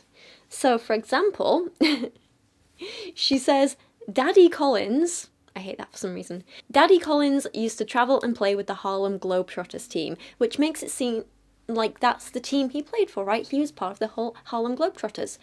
But he wasn't. So I did some Googling, and sports continue to confuse me. I am so out of my depth with anything sport related. But from what I can gather, and please correct me if I'm wrong, the Harlem Globetrotters are a pretty big, important, and talented team in basketball. They're like pretty damn good. So saying you play with the Harlem Globetrotters, that's like a pretty big brag, right? However, the New York Nationals, which is the team Mandre actually played for, are not as much of a big deal. They're not as talented. They're a team of lesser players who put on these exhibition matches against the Harlem Globetrotters. So the New York Nationals, which are now known as the Washington Generals because they've been through a whole bunch of different names, but they were the New York Nationals when Mandre played for them. According to Wikipedia, they act effectively being stooges for the Globetrotters. While the Globetrotters play tricks and perform spectacular displays of skill for the crowd, the Generals attempt to play a normal game of basketball. The Generals' games involve playing genuine basketball at times, but not interfering with the Globetrotters' tricks. Almost every game has ended in a resounding win for the Globetrotters. So, still a pretty cool thing to do, but to say he played with the Harlem Globetrotters as opposed to against them to make them look good is just a little untrue. It's just an odd way of presenting things, and it's a bit like, oh, why are you doing that, Karissa? Stop it. Very odd. She also uses this post in particular to push her quiverful ideology by saying things like, "We trust God with our womb and will gladly receive any blessings of children he wants to give. 7 out of 9 of my births were completely natural with no pain meds. Yes, all the children are ours and delivered vaginally. And yes, it goes back to normal." Lovely. And with that, I think we should start looking at some specific posts from Karissa, which, as I've said before, I've split into categories. We're first going to look at her ProNatalism content, and this is by far the biggest category of all of them. So in this section, we are going to be looking at Karissa's posts from the last few years in regards to her sharing how wonderful all her pregnancies and births were, even though she nearly died. How funny and quirky. And totally worth it, right? Her believing that we all need to have as many kids as possible, how she believes everyone should be a parent. Everyone, no exceptions, doesn't matter what your circumstances are or if you want it, everyone. Her contradictory beliefs about IVF, surrogacy and other options for people with fertility issues, how she is against birth control, abortion and uses her children to push this message in a way that is really harmful to them and everyone else. How she is also against sterilisation too, and of course, who cares if you can't look after kids properly, just keep having them. I guess one good place would be to start with this post from 2019. Karissa posted this on Instagram and Facebook, but it was also shared as a guest blog post on the Transformed Wife's blog. Of course they know each other. Of course they do. If you'd like to find out more about the Transformed Wife, I've got a whole playlist on her content. Oh, she's a lot. This blog post says, "When I got married, I went on birth control. It's the responsible thing to do. It's what we were taught to do. Honestly, I had no idea there was even another option.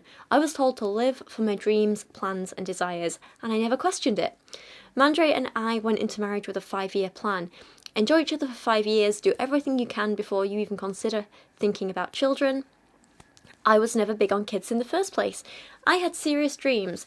Dreams to start a successful singing career. Dreams to make loads of money and be outrageously successful and admired." So, okay, so far this seems to pretty much line up with what we've seen from her earlier blogs. She loved money, didn't like kids much. Mandre wanted money before kids. Cool, all kind of lines up, right? After about a year into our marriage, God started to stir our hearts. One day we left a church service hearing the same thing. Why aren't we trusting God to give us a child in His time? That day changed everything. We decided to trust God with our family, to not interfere with His plans, to allow Him to give us children as He pleases. So I think this might just be a case of Karissa maybe misremembering details or timelines or things like that. But as we know from her older posts and on her old blog, it didn't quite happen this way. Karissa was trying to have a baby and trying to convince Mandre to have a baby way longer than just them coming out of church one day and, oh, we changed our mind, Mandre took a lot more convincing than this post makes out, and it clearly went on for a really long time as well. Again, it's hard to say what Karissa's motivation is here. Is she genuinely misremembering the past, as lots of us do? It's very common. Or is she purposely trying to rewrite bits of her past to make it seem like God really was talking to them both at the same time, and they've always been on the same page about this? I don't know. At least she's still honest about this next bit, though. After 3 children came rather quickly, my husband started to doubt that this was really what God wanted. Of course he did. I fought fear, but knew it was how God was asking us as Christ followers, fully surrendered, to live. My husband struggled through years of doubt and fear. Fear of not being able to provide. Fear of, I think that's supposed to be not giving our children the life they deserve. I think there's a typo in there. Fear of lacking time with each child. Fear of limiting the love we were able to give. Fear of being called irresponsible. Fear of commitment and judgment. I think these are all really reasonable fears. Why didn't you listen to him? Seriously. He even told me multiple times that he was getting a vasectomy. It was the core of many of our fights. Not being on the same page as your spouse is so hard. He consulted pastor after pastor who informed him that we should be done, that we are being irresponsible. I ended up taking birth control as the lesser of 2, I think it's supposed to be evils, in exchange for his vasectomy. After 2 weeks taking the pill, I decided to stop and leave it in my husband's hands. And on top of it all, I was struggling with my health. The doctor told me I couldn't and shouldn't have any more children. I was having blackouts, mini strokes, heart issues, and was eventually diagnosed with MS. I found out that these issues were all caused by my Yaz birth control. This made convincing my husband and the continuation to trust God with our womb even harder, but I knew I was to trust God alone. Yaz birth control, I googled it, is just another name for the combination pill, which is a type of hormonal birth control. I've spoken in detail about birth control in a bunch of other videos, so I will try and link them if you want to go watch them. There have been some studies done into whether it actually has any impact on people with MS, and the conclusions are frankly inconclusive.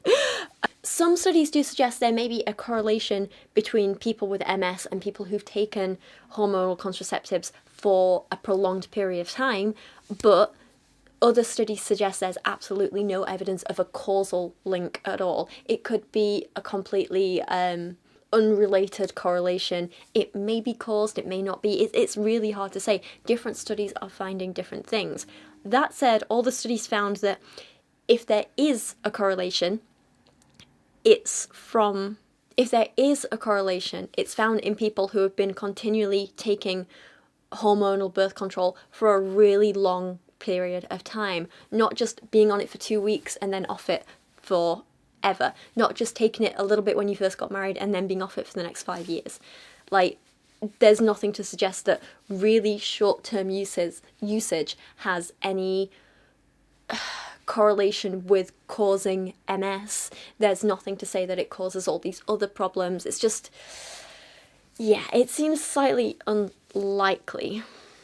Hey y'all, editing me just popping in here to say, like, I can't believe I missed this in writing the script and filming and everything like that, but remember that little blog post earlier where Karissa told us, oh, actually they thought I had MS, but turns out I don't have MS at all?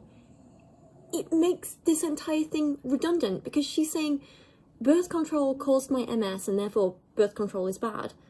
But she's lying. She never had MS. She doesn't have MS. Maybe the doctors thought she had it at one point and then they realised she doesn't. So the birth control didn't cause MS in her because she doesn't have MS. I'm so done with Karissa. Why is she like this? On a happier note, I'm off to see Stornoway tonight. It's going to be very fun. They're my favourite band. I love them. I can't wait. Hopefully this video will be done at least by tomorrow. So, thanks guys. That said, even if there was a link in Karissa between the hormonal birth control and her MS and other illnesses and things like that, Karissa's still using this as an opportunity to be like, see, all birth control is bad and terrible and we shouldn't take it, which is of course silly. Types of hormonal birth control won't affect every single person in the same way. Just because it affected her negatively, that doesn't mean it'll affect other people. Also, it's important to remember that there's more types of hormonal birth control than just taking the pill. And if you don't want to use hormonal birth control at all, there are other options for physical birth control. You can use things like condoms and femidoms, and you can use spermicide. And of course, if you want something more permanent, vasectomies and sterilization are an option too. Also, female sterilization in the UK is so hard to get, but I've ranted about that before. And I just have to say, like, if your doctor is telling you that for your health you need to stop having kids, maybe you should listen. Karissa already has these ongoing health problems. She's already said they haven't been able to do some tests and some treatments because she's been pregnant or postpartum or pregnant again, or like all these things like are stopping her getting the treatment she needs. And the doctor's saying you need to stop because you will likely die. You are making your health worse. You are killing yourself. And she's just like, nah, fancy impregnating me again? Then, just like Michelle Duggar, Karissa tries to claim that having taken the pill once for 2 weeks caused a miscarriage in her months later when she wasn't taking it anymore. I understand miscarriage is a really difficult thing to deal with, but it's never your fault. Unless you were doing something like smoking or drinking or taking drugs during your pregnancy or, I don't know, purposely not eating enough while pregnant. They're all things that can cause miscarriages, but most of the time, miscarriages just happen. They are incredibly common and not something you should blame yourself for. And you especially shouldn't blame yourself for having caused it by sinning or taking birth control months or years ago. The next part, though, really does make me feel sorry for Karissa. She writes, I got pregnant with baby number 4 and life got harder. There was a bleed in the sac and a threatened miscarriage. I knew I had to repent on the birth control and God healed my baby. They then have some bad luck and decide with 4 children to just keep being irresponsible. I cannot deal with this bit. Then my husband lost his job right after we bought a new house and a new car to fit our soon-to-be family of 6. I was 9 months pregnant, working evenings, and I knew God wanted me to quit my job. And we did it. We trusted God. We had no income and more bills than ever in our life, and God provided every single step of the way by making sure that every bill was paid timely. It was the most amazing experience of our lives. In fact, my husband stopped using a spreadsheet to track our finances because what was coming in and going out didn't make sense to him. We learned that God's provision can't be measured. You have 4 kids, a new house, a new car. One of you loses your job, so the other one decides to quit their job and, we'll just stop keeping track of our finances. Just fine. What is wrong with these people? This is not how you parent responsibly. Then Karissa gets pregnant again with baby number 5, but sadly miscarries, nearly dies because she refuses to have a D&C. So she nearly dies from infections and everything like that. It's really, really bad. And she's like, yeah, I still can't wait to be pregnant again. It's so irresponsible. I quickly got pregnant after baby number 4 and ended up having a blighted ovum, a pregnancy where the egg never develops into an embryo but you continue to grow a sac. You experience every symptom, the morning sickness, the big belly, and all that comes with it except the baby. I ended up miscarrying the sac at almost 18 weeks and almost died in the emergency room. Despite the trauma, God continued to speak to my soul and ask me to trust him. We then got pregnant with baby number 5. She really doesn't care if she leaves her already 4 kids at this point without a mother. She doesn't care. She just wants to keep popping out babies. She doesn't care about the well-being of the ones she's already had, and it drives me crazy. She writes, we constantly get asked if we are done, and one day when we were out and about, someone asked us this question, and my husband immediately replied, we trust God to give us how many he allows. I almost passed out. I began to tear up. God did it. God changed his heart. God spoke his truth so clearly to my husband. The ministry God revealed to me 6 years prior was starting to come to fruition. Or maybe she just finally wore him down.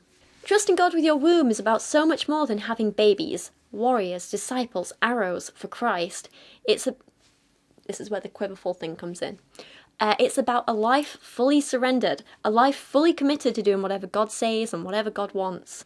These stories of almost dying are told over and over and over, like in comments like this where a follower asks Karissa, if I almost died last time I had a baby, does God want me to forego family planning and potentially leave my kids motherless?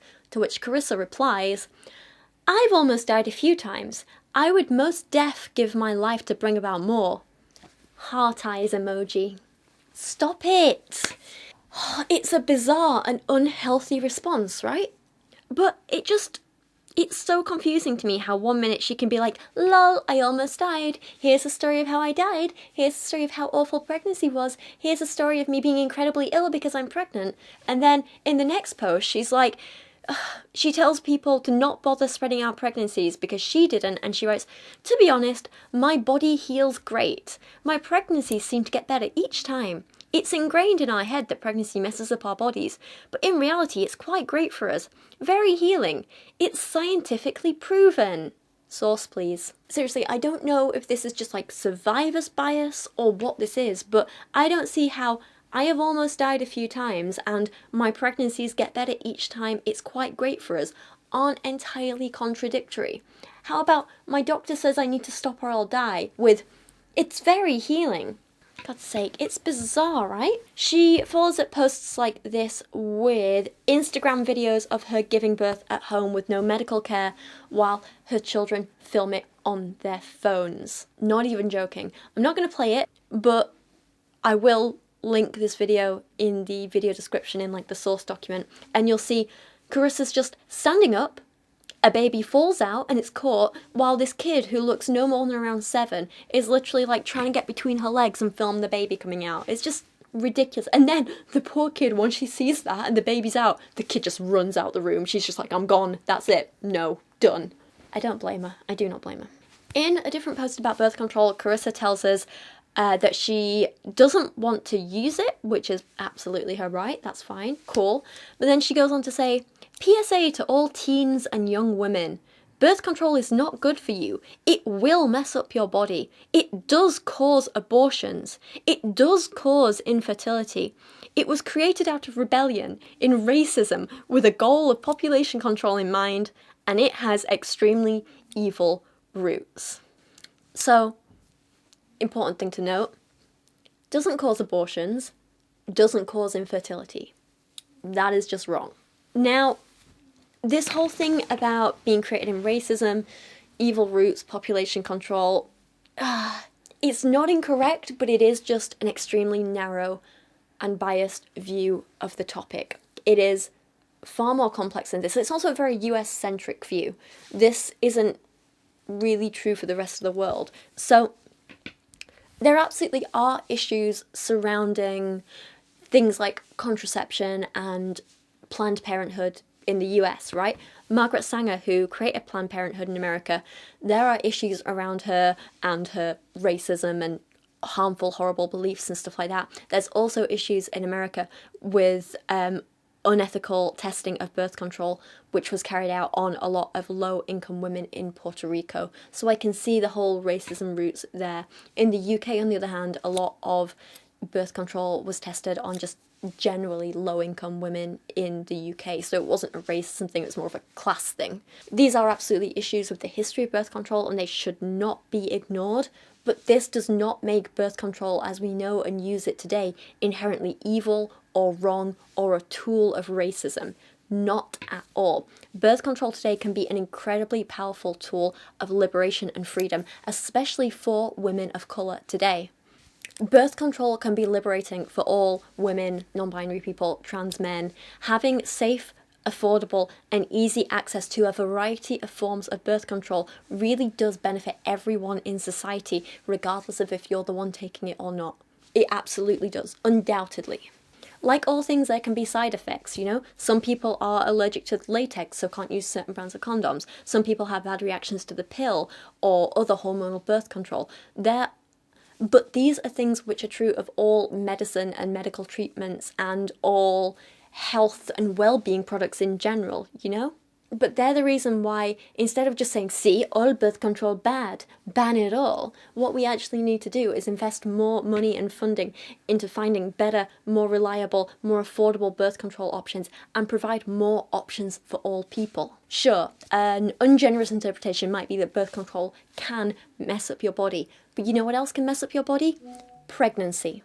And while there may be a problematic history of people utilising birth control or testing birth control on especially women of colour, and that is bad, obviously, that's not what it's used for today. People aren't using it that way today. But you know what is disproportionately affecting and harming women of colour today?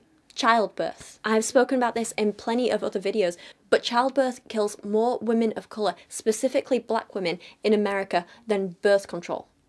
Absolutely, completely. Childbirth kills more women of all races worldwide than birth control ever has. This is a simple fact. I've referenced these passages before in my recent video on Classically Abby, but let me read them to you again because they're important here. According to Caroline Crader Perez's book Invisible Women, which is fantastic and I thoroughly recommend it, the US has the highest maternal mortality rate in the developed world, and this is even worse for African Americans. She writes, African American women are 243% more likely than white women to die from pregnancy and childbirth related issues. These studies are also spoken about in Anusei Hussain's book, The Pain Gap, and Eleanor Cleghorn's Unwell Women. Cleghorn says that in the UK, black women are 5 times more likely to die from complications in pregnancy and during childbirth than white women, and many of the pregnancy and birth complications killing black women are preventable. She goes on to say that preeclampsia, a hypertensive condition that can occur suddenly during pregnancy, strikes black women at a 50% higher rate than white women in the UK and 60% higher than white women in the US. So by Karissa's logic, we should ban pregnancy too, right? When pregnancy is so dangerous to so many women and it has such a high chance of killing women, especially women of colour, birth control, it's not an exaggeration to say, literally saves lives. People should undoubtedly have a choice whether they want to face these risks or not. Pregnancy is something that comes with a risk, and we should all be able to say, you know what, I understand the risks and I want to go ahead with this. Or, I understand the risks and I don't want this, I want to prevent it. Every single person with a uterus should have that option. It's not debatable. We should. Now, of course, as I said a little earlier, Karissa doesn't want to use birth control herself, and as much as we might be worried for the well-being of her kids, ultimately it's her right to do what she wants with her body. We can't sit here and be like, oh, she should absolutely be taking it. We have to force her to take birth control. We can't, obviously. That would be horrible and rude and taking away her bodily autonomy, of course, so we can't say that. We can't force sterilisation or birth control or anything like that on anyone because that would be barbaric. Ultimately, though, what we can do is provide people with the correct education, give them plenty of options, and hope they choose the best thing for themselves and the people around them. That's all we can really do. We can't straight up tell others what to do. And Karissa seems to realise this too in one particular post, where she says, everyone must live exactly like me. That's the message many people get when they see my page, that I demand people live like me, and that's far from the truth. I don't want anyone to be like me because I'm flawed and I have my own struggles. Sounds brilliant, right? Sounds like she's like, oh, great, she understands that, she can make choices and other people can make choices and they don't have to be the same. I thought this was showing a lot of maturity and it was great. However, in so many of her other posts, she actively tells people what to do and that they need to be like her. So she's completely contradicting herself. Some examples. I tell people all the time out of love and experience, don't stop.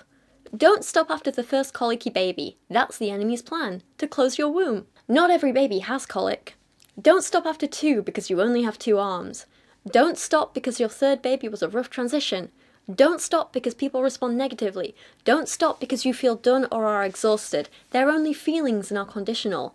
Don't stop because you're made fun of or laughed at publicly.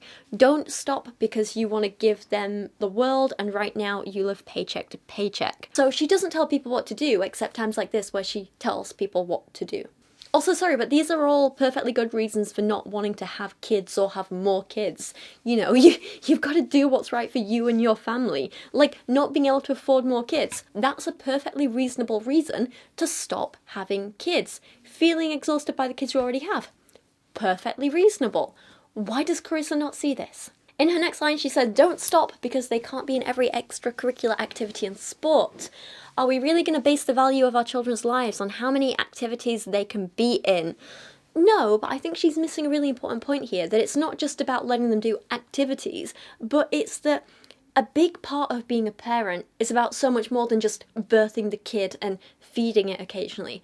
A big part of parenting is about enriching them, helping them fulfill their potential, helping them become the best version of themselves that they can be. Providing an experience in childhood that helps them grow and flourish. And extracurricular activities are a really great and important way of doing that. I know Karissa would disagree with me, but I honestly think it's better to help one child really flourish and reach their potential than it is to birth 5 children who are struggling and barely getting by and live in poverty and suffer every day. Surely one really happy, fulfilled child is better than 5 who are struggling and in pain. Surely. I feel like so many people like Karissa like to use the excuse of, well, we're scraping by, so that's enough, right? And I just feel like, as someone who grew up like that, it's not enough. Now, don't get me wrong, it's a complex issue, and I don't ever want to like shame anyone who is trying their best to be a good parent, right? Sometimes people fall on hardships that they don't expect and they have to deal with it how they can. Just because you don't have money or resources doesn't make you a bad parent, not at all. Some people live in countries where they don't have access to birth control or abortion or anything like that, so they don't have a choice whether they have kids or not, and they just have to make do. Again, I would never want to shame anyone in that situation at all. We also have to remember that so many governments these days are not providing adequate support and social care, and there is a cost of living crisis going on, so people are struggling that way. I never want to shame those parents, but what I'm saying is, when people like Karissa are like, oh, it's fine to be scraping by and like popping out more babies on purpose knowing we can't afford them because scraping by is fine, that is what I'm judging. Where they choose to bring children into the world knowing they're going to suffer, and with each child they increase the suffering of all of them overall, and yet they still continue to keep doing it. They're aware of the problems and they still keep doing it. Like, Karissa and Mandre could provide, with the money and income they have, a really, really comfortable life for a couple of kids. 1, 2, 3 kids could be really, really comfortable and well looked after. But instead, they're choosing to say, actually, I don't want to enrich these kids so I can keep popping out 7 more babies. And that's where I think it becomes selfish. Because it's not about looking after your kids, it's about you enjoying being pregnant and popping out these babies and doing all this stuff for yourself. That's what I have the problem with. And like, I think what Karissa maybe doesn't realise is that when you as a parent have money struggles, the kids do notice and remember, and it affects them. Like, I would spend hours awake at night as a kid worrying about my parents' money problems. Like, I had to grow up quickly and start working at 14. I had 2 jobs by 17 on top of my full-time education. Like, there were other things that affected me. Like, when I was 13 or 14, some bratty little kid from school who was an absolute bully threw a brick at my bedroom window, and it had this big massive crack across it, and we just couldn't afford to get it fixed. My parents have got it fixed now, but it took them, I think, like 10 years to be able to afford to get it fixed and get new windows. So the entire time I was living there and doing my GCSEs and A-levels and all that stuff, I had a massive crack in my bedroom window, and my bedroom would get so cold that sometimes I would be revising for my exams like wrapped in a blanket, hot water bottle on my lap, and I could see my breath coming out of my mouth in my bedroom. Now, I'm not mad at my parents for putting me through that because, you know, it wasn't their fault they didn't have enough money. It wasn't their fault that some little kid threw a brick at my window. It wasn't their fault that kids at school were mean and bullies. It wasn't their fault that they couldn't provide enough. They didn't even plan to have me. I was an accident, you know? It's not something I'm mad at them for. But if they knew their financial situation and they continued to keep having kids after me, and we'd all had to like squish into that cold bedroom together, or we'd all had to deal with like eating less and things like, yeah, I would have judged them and been angry at them for that. But as it stands, they did the best they could with what they had. But that doesn't mean it was easy. And a lot of the problems I saw growing up are still kind of traumas I have to deal with today, and that's why I've been through a lot of therapy, you know? And I think people like Karissa forget that. And I do worry about her kids now and when they grow up. Don't get me wrong, I'm not saying we all need to live to excess and have a ton of stuff and fancy houses and things, but there is a reason why studies show that money does buy happiness up to a point. And I think it's because a lot of people, like Karissa, underestimate how much happiness and contentment comes from those little things in life. Like being able to buy clothes that actually fit you, being able to be warm when you want to be, not worrying where your next meal's coming from, being able to pursue a hobby if you want to.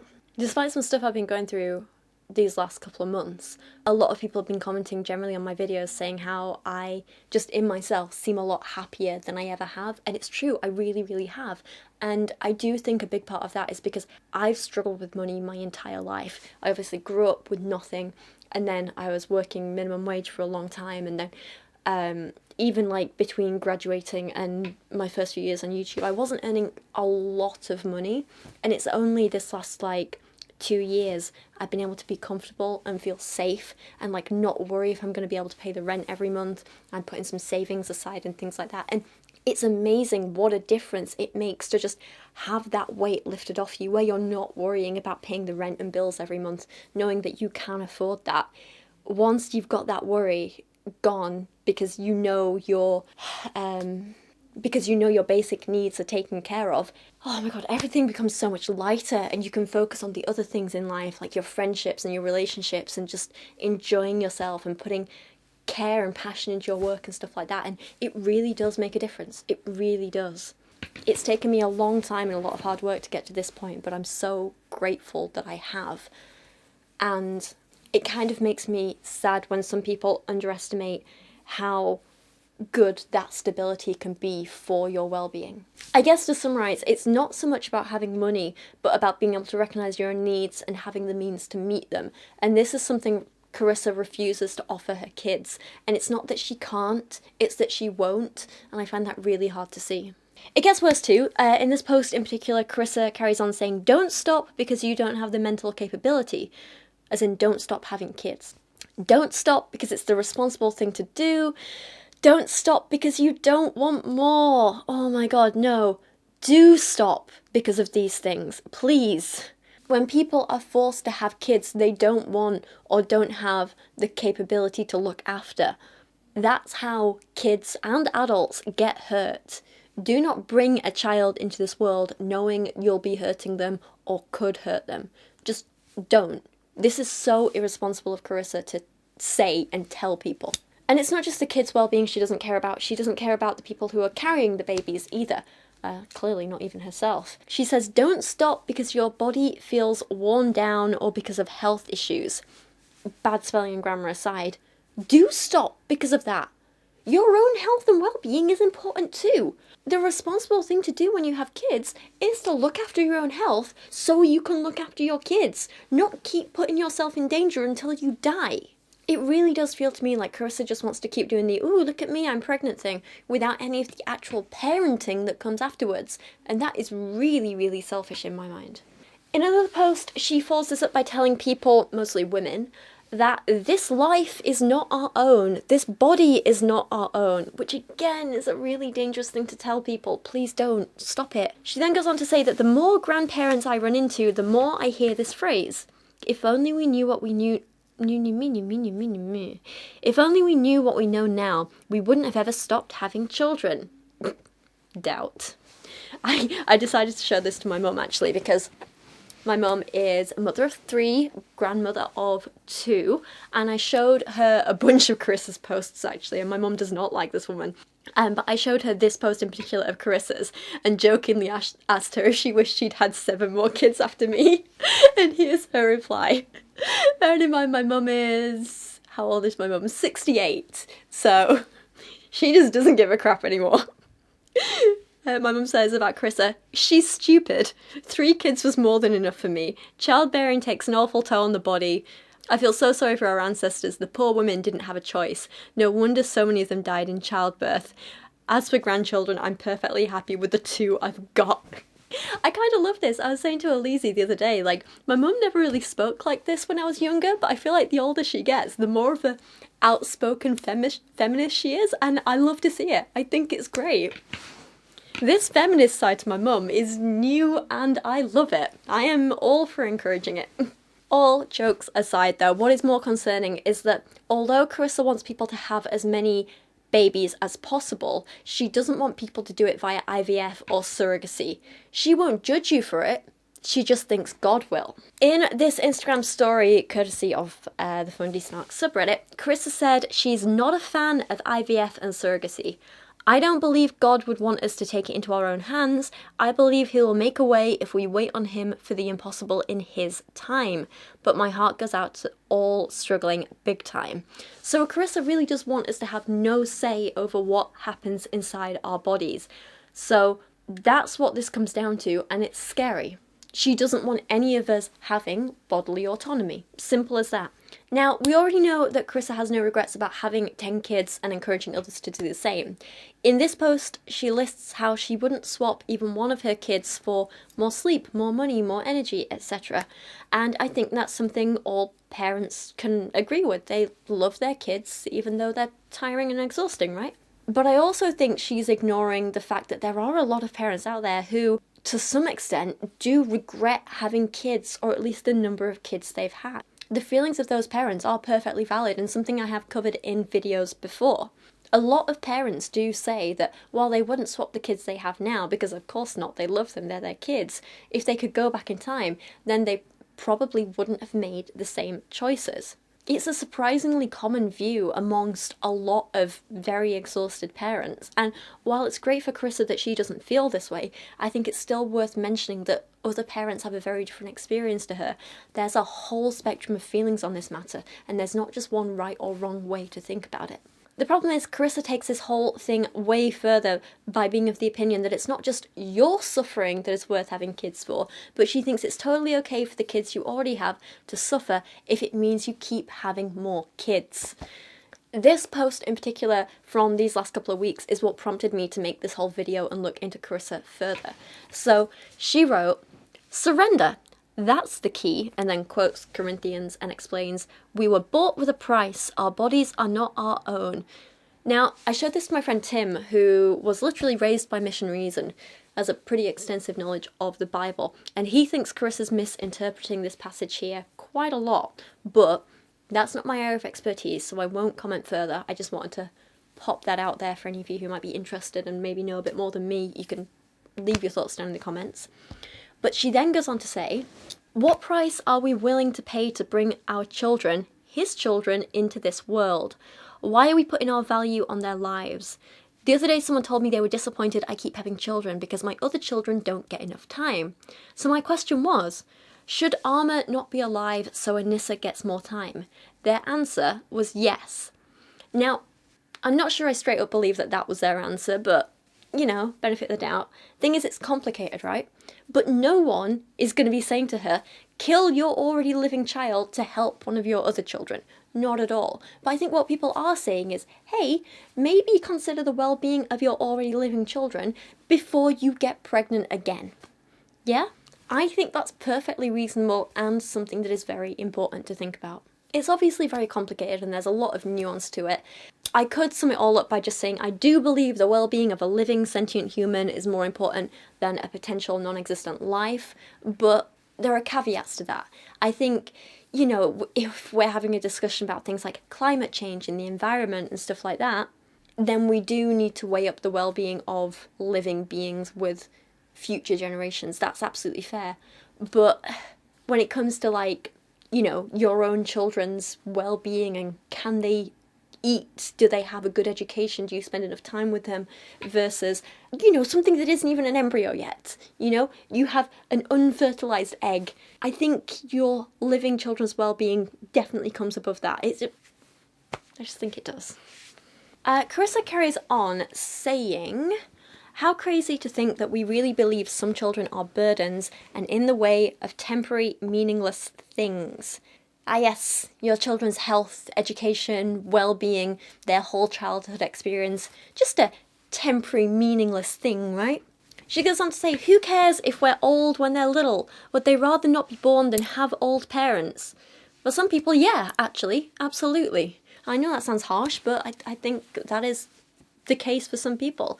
My parents were older when I was born, and it definitely made things a lot more difficult for me. And I had it easy compared to some people with older parents. Think about all the kids who have to grow up being full-time carers to elderly parents. I'm sure they'd have something to say about this. Not everyone has a choice over what happens to their body. Not everyone has a choice over whether they fall pregnant or have to continue a pregnancy. But those of us who do have that choice and that capability to make that choice owe it to our potential future offspring and the people around us to actually think through our choices before we make them. It's just my personal opinion, but in my mind, in terms of what I want to do with my body, I do think it's better to just not bring someone into the world than bring them into a world knowing they'll suffer. Karissa continues by saying, who cares if their siblings don't want them? Are they only valuable to living if their siblings wanted them while you were pregnant? I promise they will grow to love and appreciate them, your spouse included. Sadly, I cannot promise this. Having a mindset like this is exactly how you end up with parents and children who abuse their sons or daughters or siblings. This is how you end up with years of resentment building up. This is how you end up damaging people. How is it controversial to suggest, hey, maybe consult all members of your family before you make a massive decision like, changing the entire family dynamic? She says, who cares if you're poor? Your kid cares if you're poor. Kids who have to have second-hand clothes and fake school uniforms and get mocked relentlessly in school like I did care. Your kid who has to eat leftovers at school and get mocked for being stuck with the free school meals like my siblings did, they care. Kids who are excluded from activities and school trips because you can't afford to go, we care. Your kids who have health problems because they're malnourished. Your kids who learn to skip meals from a young age because they think you can't afford it. Your kids who have to start working as soon as it's legally possible while still in school to help support you. They care. Sure, kids might not need fancy clothes and all the latest tech and that sort of thing like that, but they need and deserve a basic level of comfort and safety and stability. And if you can't provide that, stop having more children. It's that simple. She says, who cares if you're tired? It's just a season. Your child still wants life, even in our exhausted seasons. Yeah, and I'm sure they also want a clean home and food on the table and a good education. And it's a shame you can't provide that because you're too busy being selfish. And it just carries on like that. There's so many posts like that. It's ridiculous and selfish, and God, I feel bad for her kids. I really do. The last few posts that we're going to cover in this section are in regards to Karissa's anti-choice, anti-abortion stance and how she uses her kids in absolutely vile ways to push her agenda. So first up we have this photo of her tiny children eating from a cake iced with the phrase, abortion is murder. This is something that she clearly planned, put effort into, put money into, and said, hey kids, come eat this murder cake. Kind of sickening, right? In the caption for this post, Karissa is mad that Miley Cyrus's statement in support of Planned Parenthood was well received by the public. Full disclosure, I really like Miley. I think she's great. I didn't really know her back in the Hannah Montana days, but I think she seems like a great person now. I like her music. She seems fun. Cool. But Karissa is very, very angry at her and responds, pro-choice? Do we really know what we're saying? Yeah, we do. We're saying we support people having a choice over what happens inside their own bodies. If you have a uterus, you get to say what goes inside it. Simple as that.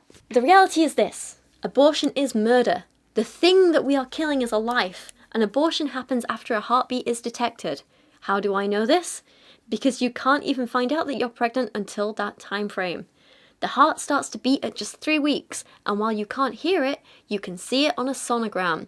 Karissa, no, stop spreading this misinformation. I have more details on the in-depth science stuff behind this in my video on the LeBrant family's anti-abortion documentary, but to give you a very brief summary now, the heartbeat is literally just a little electrical impulse detected in a bunch of cells, which could potentially develop into a heart in a few months.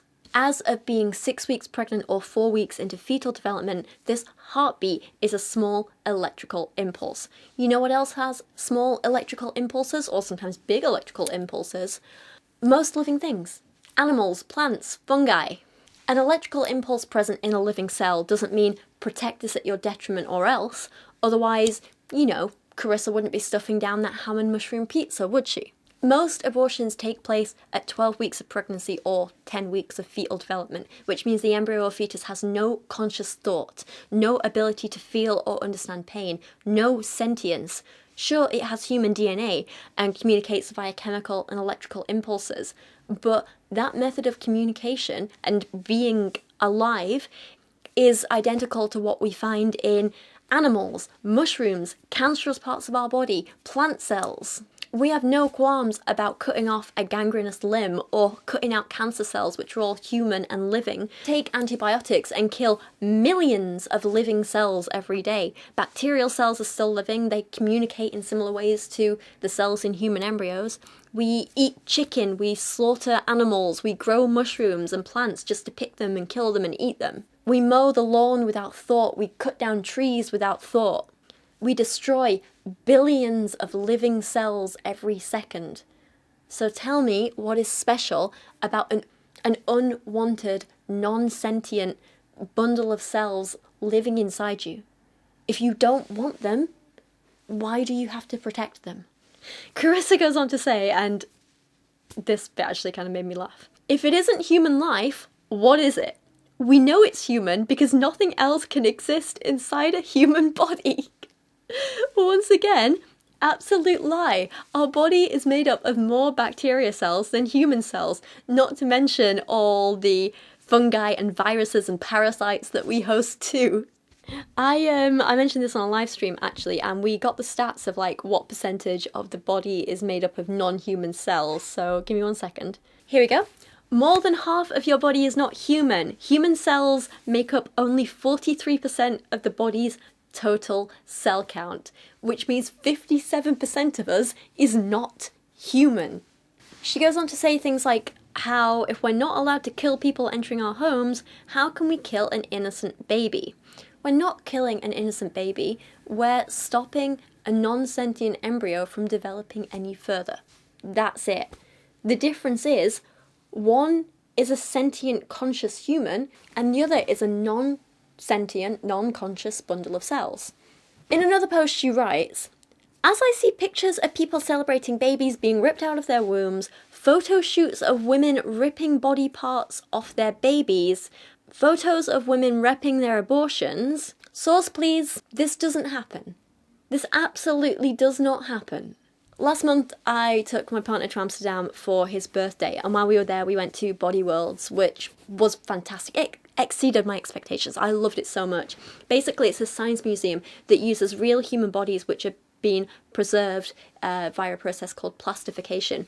So it uses real human body specimens to teach you about anatomy. It's fantastic. I'm not sure how many of the photos I can show you on YouTube because some of them are a little graphic, but it was absolutely incredible and I thoroughly recommend you go give it a Google.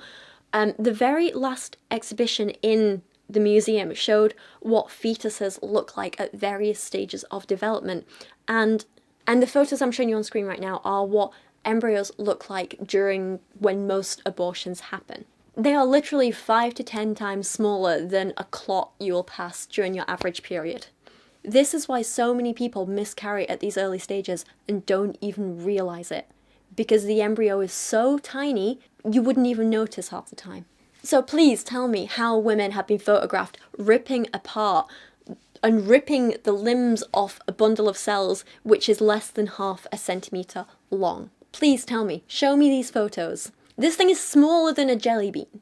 Karissa goes on to push even more false information, like when she shared this article with the headline, California introduces new bill that would allow mothers to kill their babies up to 7 days after birth.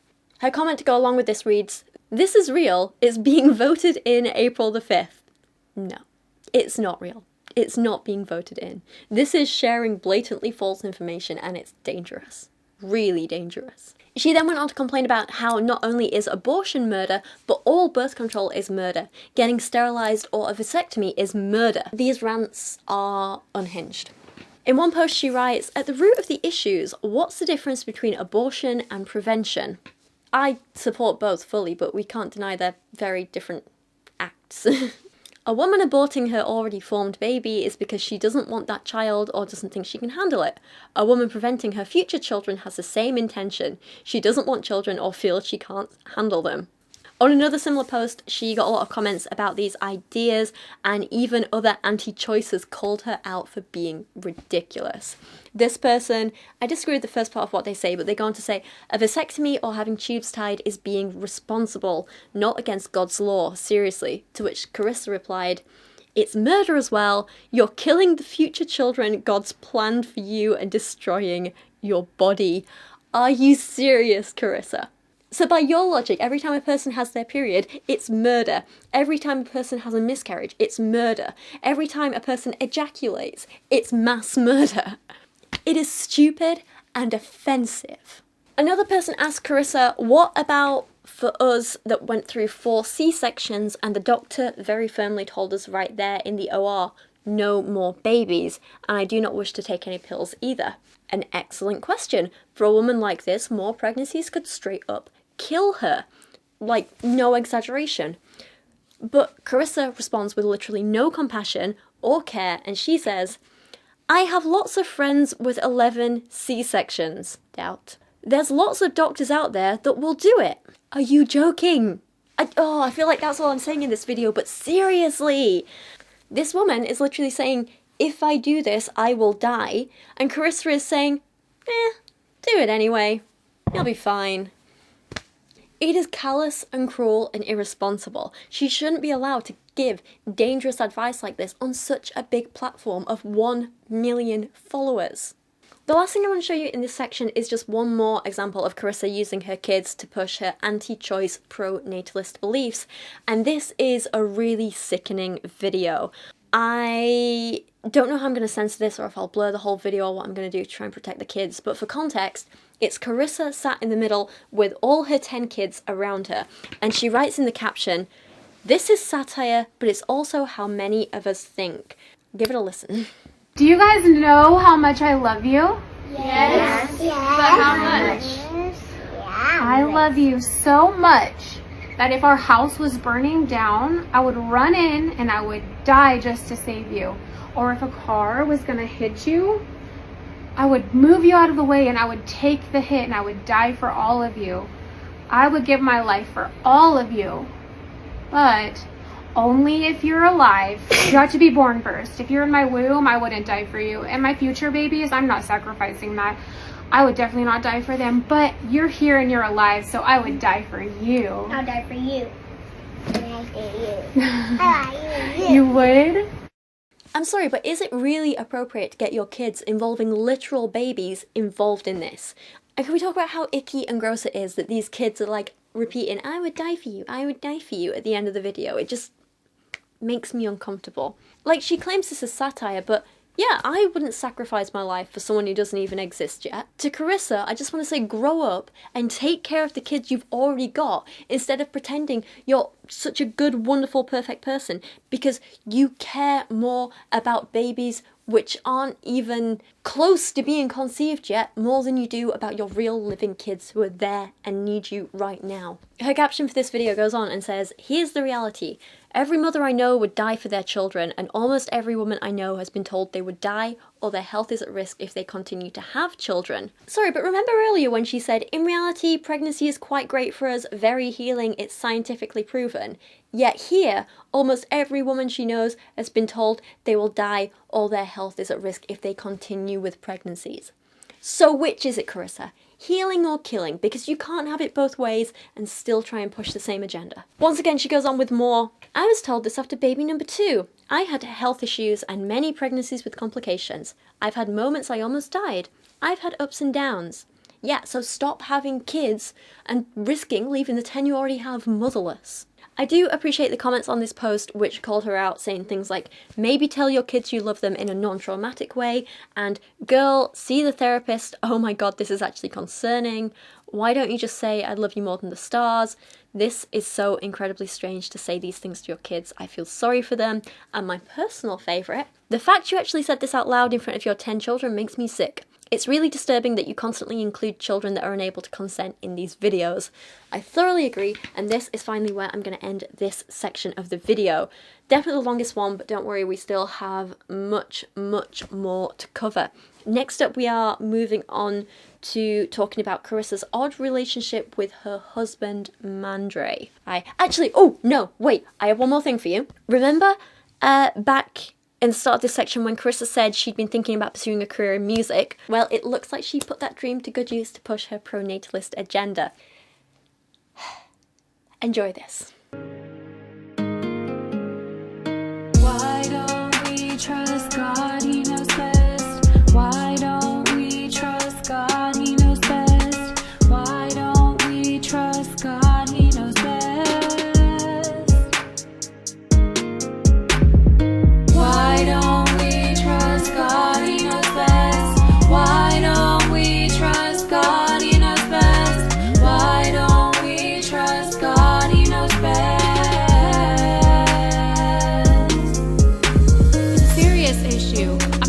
not just fetal tissue, life or death, someone's literal breath. This is generation, say no to tubal ligation, say no to vasectomy. If only we believed, life's not about me, life ain't just about me. So stop the planning, no need to be counting, give God your womb, save your future babies from the tomb. Why don't we trust God, He knows best. Okie pokey, time for a little recap on Karissa and Mandre's relationship. So, in the Collins family, Karissa and Mandre are the parents. They got married in 2007 when they were 23 and 24 years old, respectively. That means that as of this video being made, the two of them have been married around 16 and a little bit years. Now, that's a really long time to be with someone, so good on them, congrats. It's absolutely not surprising that a relationship that has lasted so long would have its ups and downs, although it seems like for Karissa and Mandre, there may have been more downs than ups, especially in the beginning. Despite them both being Christians, it seems that only one of them, should we say, saved themselves for their wedding night. Although the story around this is a little confusing. In this Instagram story, Karissa warned people to save yourselves for your wedding night and then enjoy yourself. Keep the marriage bed pure and undefiled always. Don't cross boundaries while dating. I'm proof there's consequences. Which at first I thought, oh wait, did Karissa do something before marriage? It was very much giving me the vibes of Paul and Morgan, where Paul constantly shames Morgan for not being a virgin when they met. But after reading more posts, I'm unsure if it's the other way around. I think she could be talking about Mandre, you know? In their 14th wedding anniversary blog post, Karissa shared this story of how they met. And it's an odd one. Don't get me wrong, I've met some people in odd ways too, but this... Just listen. I was a 21-year-old Bible college student. I had never had a boyfriend, been kissed, or done anything with a guy. I mean, I hadn't even held hands with a guy. I never got too close. Once a boy started to like me, I would run the other way. In a way, I played hard to get without meaning to play hard to get. I found this interesting. I kind of felt bad for Karissa because I was a bit like, okay, or maybe you just weren't into those guys or not ready for a relationship or didn't want a relationship at all. Like, all those things are okay, and it doesn't mean she was playing games with them. I think it's crazy how so often a woman saying no to someone is perceived as her messing them around, when in reality, she's just trying to say no. Then she goes on to say something which many critics of Karissa have argued is her fetishizing Mandre's race and black people in general, and I can't disagree. She says, "I've always had a love for hip-hop music and dark skin. Being in Bible college, I felt I had no influence for Christ. Everyone there already knew him. I, 100% honestly, started to go clubbing. I, dead serious, would go in order to witness to others. Either she's an idiot, or purity culture messed her up so much that she just can't admit she enjoyed a dance." God's sake. Many people don't believe me. They don't think it's possible to be that naive and innocent. But I was. My main audience was men because, well, let's be honest, I never got along well with women.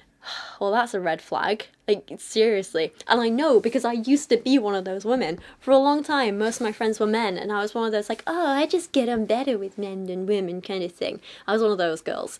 It turns out it was because I had a crap ton of trauma from being bullied so badly in school and some stuff that happened there that, like, I just didn't trust women. I didn't know how to trust them or be myself around them. And then once I got in therapy and worked through that personal trauma, I realised, oh wait, there's actually some pretty great women out there. And I met the most incredible women who are still some of my best friends to this day. And I'm so wonderfully grateful for them. So because I've been through that and I know what it used to be like and what it's like now, I know that when women say this, it is the biggest red flag. And the fact that Karissa still believes this into her late 30s, early 40s is particularly concerning. She says that her witnessing didn't really work. I wonder why. And eventually I started to like the music and dancing, so went weekly just to have a good time. Brilliant. I love that she's able to admit this. Love that she's able to just have a good time. Good for you, Karissa. Really. She said, "I loved the attention. I never drank or smoked or hooked up or even held a guy's hand. God totally protected me in those years because I innocently put myself in some compromising positions. Like, give yourself a little credit, you know? You didn't put yourself in compromising positions. You just went dancing with your friends and still only did what you wanted to. You had your boundaries, you stuck to them. That's all good. You're fine. Seriously. Nothing wrong with that. This next bit, though. She says, I would give every single guy I danced with at the club my phone number. Please don't do this. Don't give out your number to tens of random guys every night. Just don't. Keep yourself safe, please. I did this to get them away from me because I had a one-song policy. Doubt. I refused to dance with anyone for longer than one song. I was not a fan of clinginess and giving my number to many, in all caps, guys. I never got a phone call from anyone ever. Like, maybe because they realised that just dancing with you to one song isn't enough to gauge whether you're actually interested in someone and like them enough to call them. You didn't bother talking to them or getting to know them. You just danced with them, gave them your number and left. Of course they're not going to call you. They don't know who you are. They're not going to waste their time on someone who's literally shown no interest in them. And if they see you going around a club all night, giving out your number to like 10 different guys, they're not going to feel special or want to call you or think you're actually interested, are they? This one day I get a phone call, but I had no idea who I was talking to. No idea which one of the many men it was, but this guy happened to ask me about church. I had to meet him. So we met at our local Walmart. Okay, one, I'm really sorry that I laughed at Walmart being their first date, but it's quite funny. Two, more importantly, she is so lucky she didn't get killed or raped. Do you realise how dangerous this is? She's given out her number to so many hundreds of people that she doesn't even know who she's talking to, but she arranges to go and meet them, not knowing who they are or even what his name really is. She couldn't remember him, he could have been anyone, this could have been dangerous, he could have been a rapist, a serial killer, a creep, a stalker, anyone. This is so dangerous. People watching this video, please don't do this. Anyway, she got lucky because they met up at Walmart, and it turns out this guy was Mandre. They have car trouble. She ends up taking him to a racist garage. This next bit bothered me. So she says, let me tell you, he wasn't treated nicely, but he was the nicest, kindest man I'd ever met. So much respect, so much love. At that moment, I fell in love. Now, this might just be me, and please correct me if you see this differently, but this part rubbed me the wrong way, because I totally get appreciating someone who can keep their cool in difficult situations, and people who still treat other people with respect regardless of how they're treated. Yeah, great, wonderful. But this isn't just a story of, you know, someone being like, oh, the waiter was a bit rude to us, and yet he was still polite to them. This isn't that. This is the story of a white woman saying, this black man was silent and respectful to someone being openly racist towards him, and I loved him for that. You see why that's different?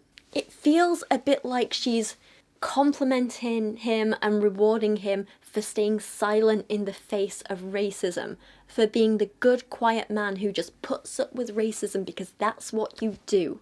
And that's a little sickening to me. Oh, he's great and I fell in love with him because he's one of the good ones who doesn't make a fuss. Like, I get that it's nice to see someone stay calm and be respectful, but on the other hand, if someone was racist towards one of my dates, I wouldn't expect either one of us to stay calm or respectful. I feel like in the face of something like racism, you don't respond by saying yes sir, no sir, thanks for being a racist piece of crap. That is something that does deserve to be called out. I don't know. So that part of the story did concern me a little. It just felt a little wrong, but I don't know, maybe I'm reading into it too much. I don't know. Tell me if you see it differently. Anyway, she goes on with her story. It took him a few months to convince me to date him, and even though she was apparently already in love with him. And then a few months after that to say the L word, and then a few months after that to kiss him. I had never kissed and I was so scared, and it was not great. But hey, we have 9 kids now, so things are much better. Mandre started playing basketball for the Harlem Globetrotters when we got engaged. No, he didn't. Stop lying. This is an outright lie. So our entire engagement, we were long distance, which is probably good. It allowed us to wait until marriage to be fully intimate. So it's a bit unclear. Was that old Instagram story about the consequences thing, was that because she's mad that they kissed before they were married and she thinks that has consequences? Or was Mandre the one who maybe dated someone else before they got together, or was intimate with someone before they got together, or I don't know. It's super unclear. The gossipy part of me kind of wants to know. Whatever happened though, they are now married and seem to be existing together, which is something. Hey all, so it's currently 1 AM on the 30th of October. I have a tiny little Kyra sleeping on the floor next to me. Excuse my bins I need to take out and everything.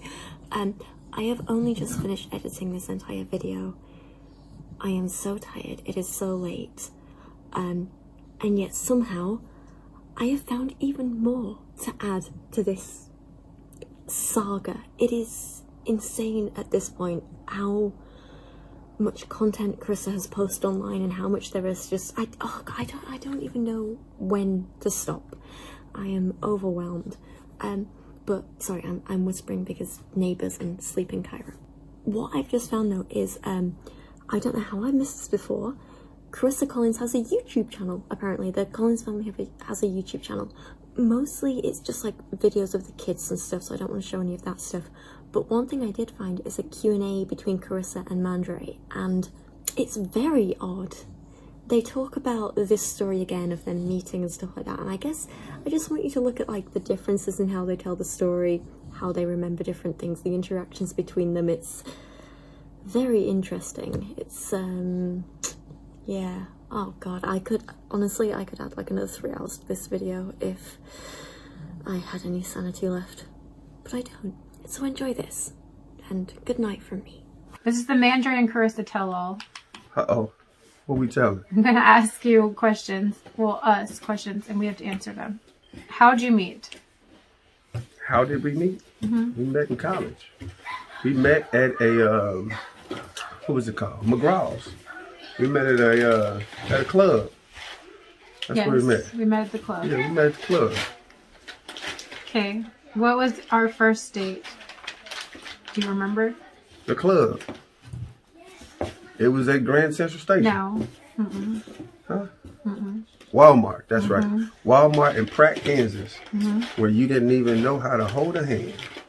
Okay. Who said I love you first? I did. Yes. I did everything first. Well, I just cut to the chase. Anything you guys first. Yeah, you did do everything first. Probably me. Who is most sensitive? You. I don't know about that. What? I don't know about that. Explain it. Explain to the people. I know it ain't no audience, but I'm sure this gonna go somewhere. Pretty sensitive. So what? You can't just say that. You gotta back it up. You're sensitive. Like you just said why we shouldn't sit close to each other because we're not close to each other. Ooh. You're pretty sensitive. It's a difference between sensitive and facts. Whatever. So the fact that you were sensitive about my answer means that you didn't like the truth that I gave. But it's okay. Okay. But the answer is Karissa. Alright, whatever. Who's the most competitive? That would probably be me. I think we're tied. No. Yes. No, we're not. Yes. I beat you in dominoes the other night and you were ready to quit. No, I wasn't. Your competition level just left. I said, babe, you want to keep playing? I did Play not till you wanna win? quit. Nope, I'm done. Whatever, because no one can beat you. And what?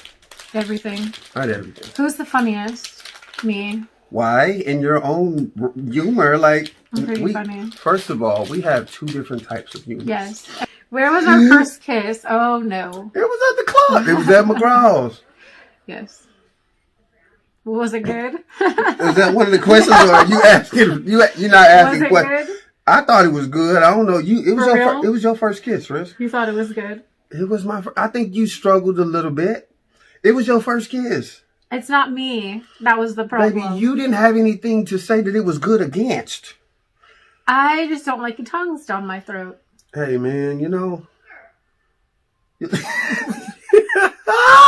Okay, girl, better figure it out. If you could describe... Okay, you ready? Okay, go ahead. If you could describe your... What does it say? Spouse in one word, what would it be? What did you write? I wrote motherly.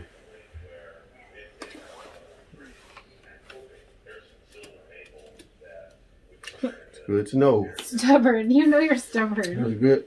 We talked about this in the last interview. What? That you're not stubborn? And for some reason, you're still stubborn about putting the wrong answer.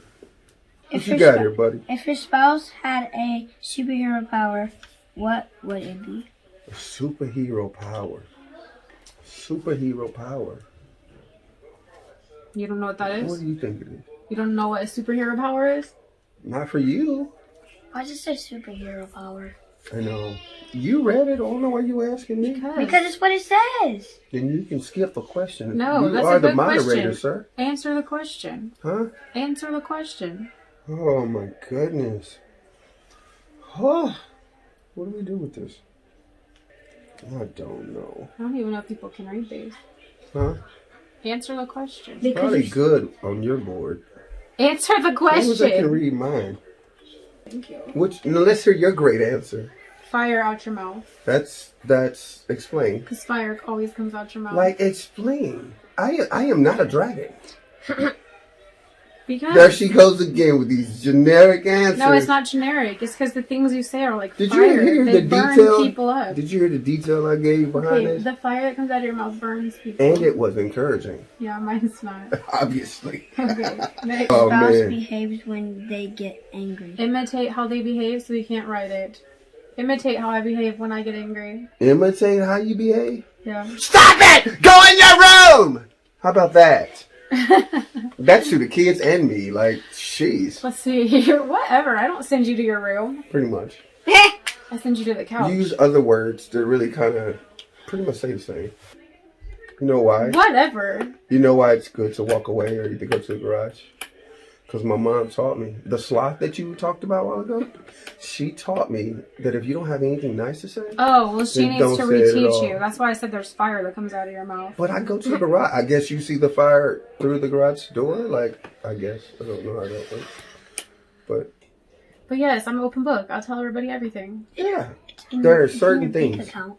There are certain things that happen in a relationship. Actually, I just thought about something. Hold on. There are certain things that, hey, this is for you people, all right? There are certain things that happen inside of a marriage that should never, and I mean never, be discussed with somebody outside of your marriage. We don't have any deep, dark secrets between us. But I can think of a deep, dark secret that I would not share with anybody, and they couldn't pay me enough money to share it. Oh. You have one? I know one. Oh. You said for you or between us? No, neither. I just know one. What? So yes, if the secret was bad enough, I would not tell. I wish my spouse would stop. This is very easy. Belittling me. You I can't belittle a big guy. Okay? that would be my answer too. But my real You're not a big guy, so I that couldn't be would like yours. you to not belittle me. Karissa often posts about how her and Mandre have a relationship with like traditional gender roles, and they enjoy showing this off by doing things like dancing together on Instagram to a song with lyrics like, "Girl, you feminine, not a feminist. God formed you from our rib back in Genesis. Proverbs 31 woman verse 26, and they ask what you been doing, one flesh with your husband you submit to him. Homeschool your kids so the devil can't get to them. Train them up and you hope the words stick to them." This horrifying song that I cannot play for copyright reasons is Bryson Gray's Feminine Not Feminist. Look it up on YouTube. It's horrific. I feel so awful for the poor woman who's washing up in the background. In another post, Karissa writes that as a wife, I am called to submission and a gentle spirit. There are times my husband simply is making me mad. Oh my god, her syntax is so bad. Why does she write like this? There are times my husband simply is making me mad and I want to go off on him or disrespect him. But because the spirit dwells within me, I choose submission. Mostly, I do fail at times. Do I want to submit? Not always. But I do it out of obedience. Sorry, but this sounds like a miserable life. But it's okay, we shouldn't feel sorry for Karissa. Not at all. It's Mandre we need to pity because as a man, he always does so much more than her. Always. He works so hard. He's busy being a manly man, and being a man takes up so much time. It's so difficult for men to be men. And back in April of this year, she wrote, "As stay-at-home mums, we do a lot. Our jobs never end. Something I've come to realise is how easy it is to get into victim mentality, feeling like you do everything and no one notices. This is exactly how the enemy steals our joy and lies to us about motherhood. We do a lot, and so do our husbands. Our jobs are full-time, but so are theirs. We might be in full-time motherhood at all times, but we also get a rest at nap times. Yeah, because men never get breaks away from their kids or work or life, do they? Be there for their firsts? Yeah, because men are never around to experience their kids' milestones, are they? Enjoy playtime? Yeah, because men never play with their kids, do they? And cultivate their hearts, because men never raise their kids, do they? Our husbands carry big burdens of provision and managing work/home life and the guilt of not being around 24/7. The last thing they need added to their plates is our nagging them and even more guilt on top of their heavy burdens. Here's a crazy suggestion.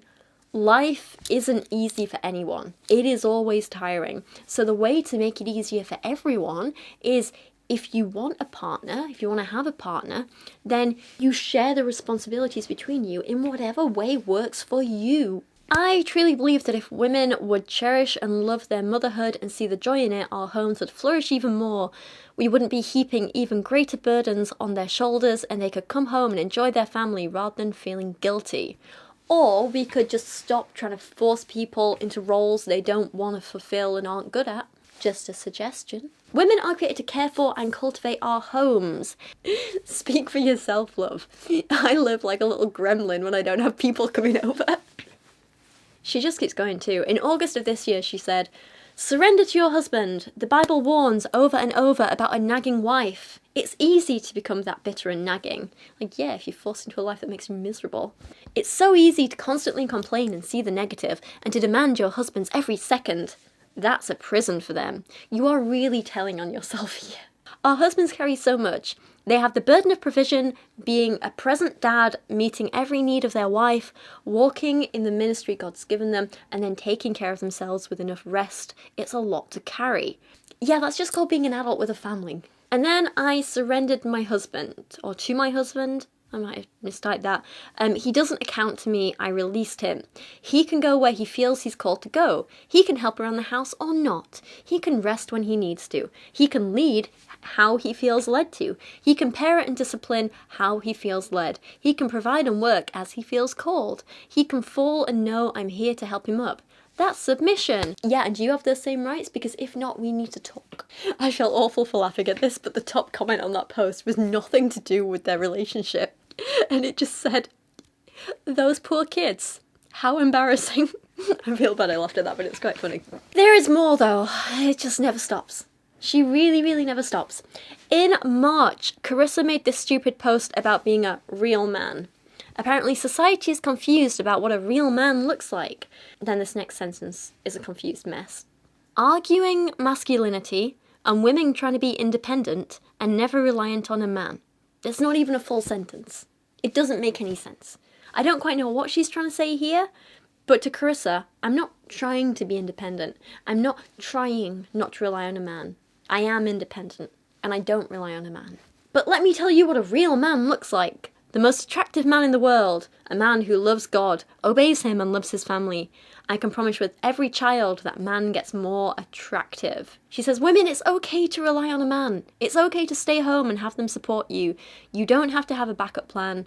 Men are honoured to provide for their families. They were created for it. And we are honoured to care for our families, and we are created for it. Like, speak for yourself, Karissa. Again, please. And I'm sorry, but this is just dangerous advice, you know? I get it. There's no shame in wanting to be a full-time parent or someone who stays home or whatever. Like, no shame in that at all. You want to do that? You do that. But telling someone they should be 100% reliant on one other human being without any backup plan is dangerous. What if that person is abusive? What if that person becomes ill and can't work? What if that person leaves you? What if that person dies? Especially when you're bringing kids into this world, you need a way to support yourself and them if something happens to your partner. Or if your partner does something to you, you need a way to be able to get away safely and support yourself if you're in danger. It's the responsible thing to do. Now, you might be hearing all this and thinking, well, as long as Karissa's happy, why shouldn't she talk about how much she loves traditional gender roles and blah, blah, blah? And normally I would agree with you, absolutely.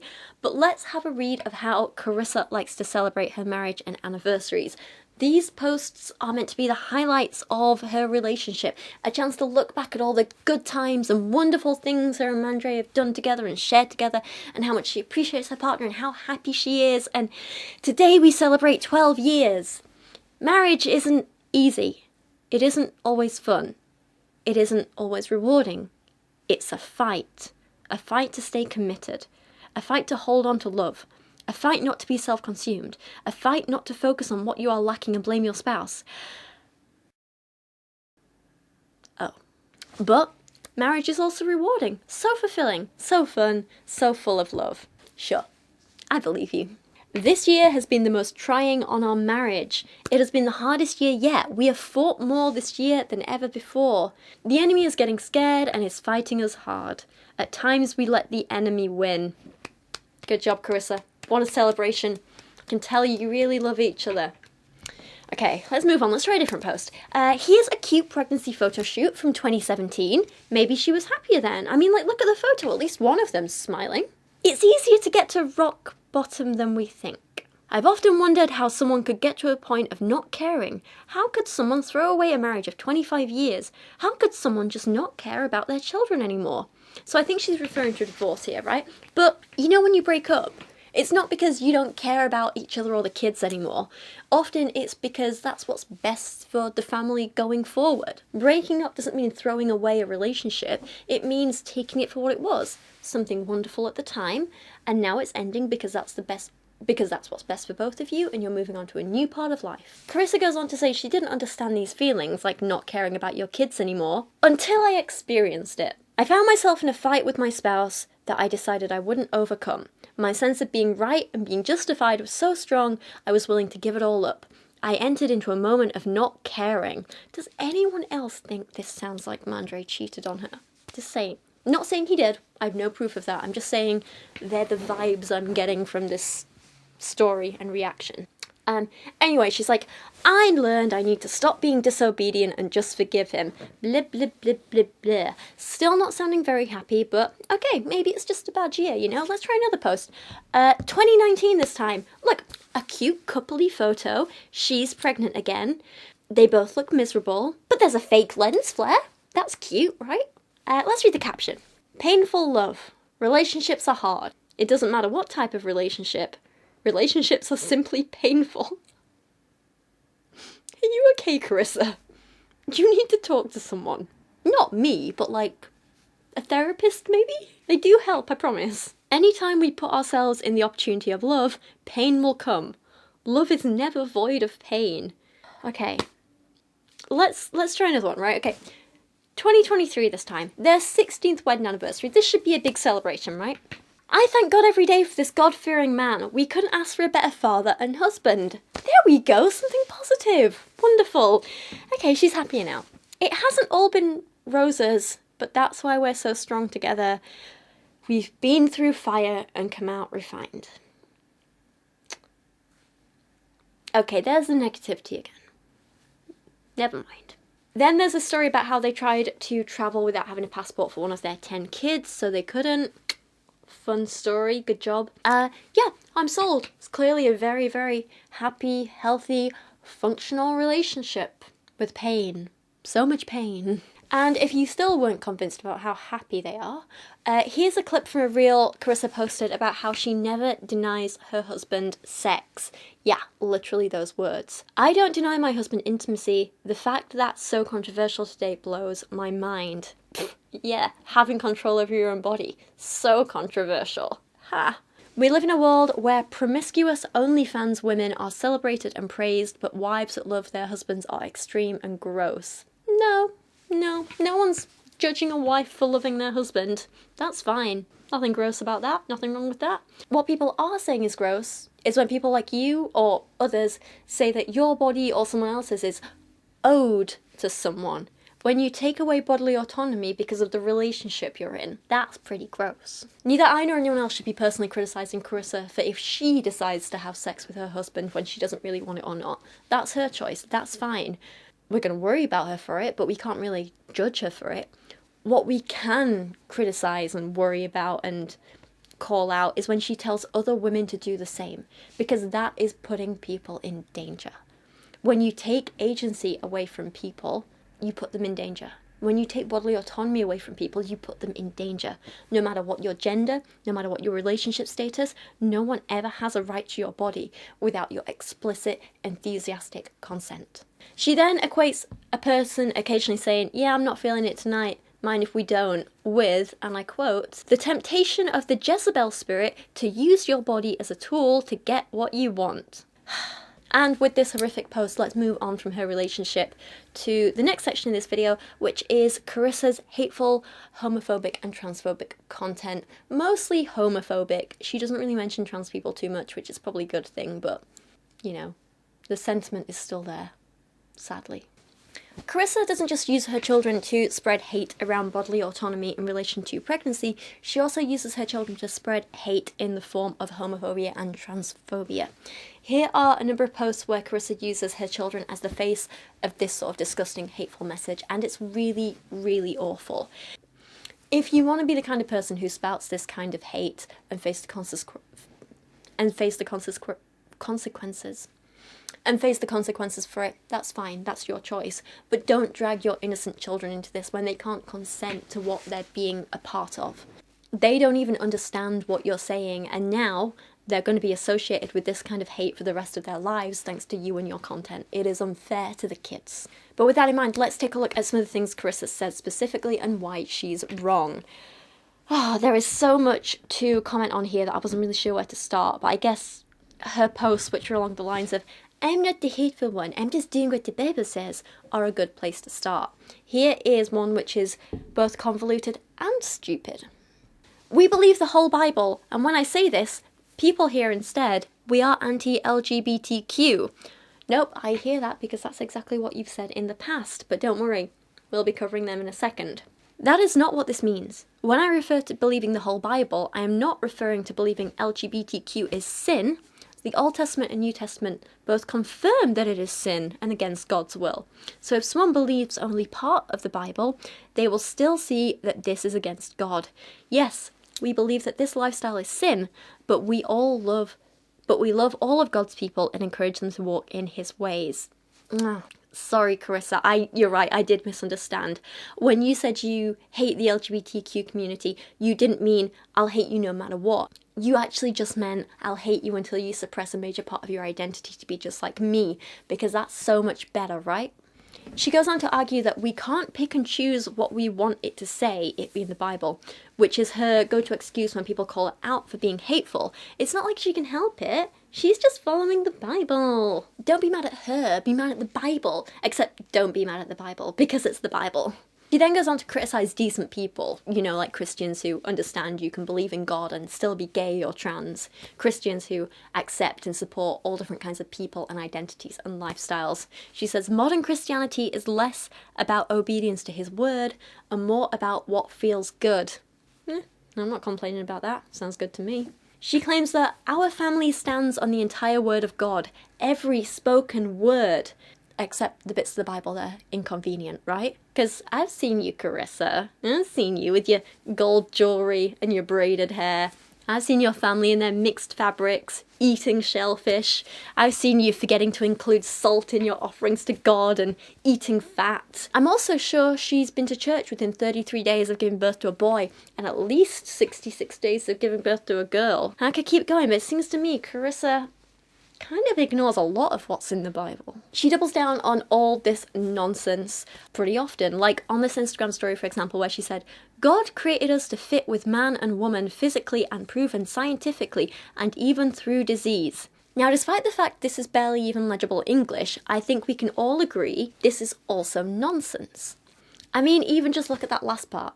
Disease simply existing doesn't mean something is bad. There are tons of ways as diseases are spread and passed on. We can't just ban all social interaction because disease proves it's morally bad. That makes no sense at all. In another post, because they just never stop, Karissa mentions part of the Bible which condemns a sex act using the word asenakoite. I can't even pronounce this.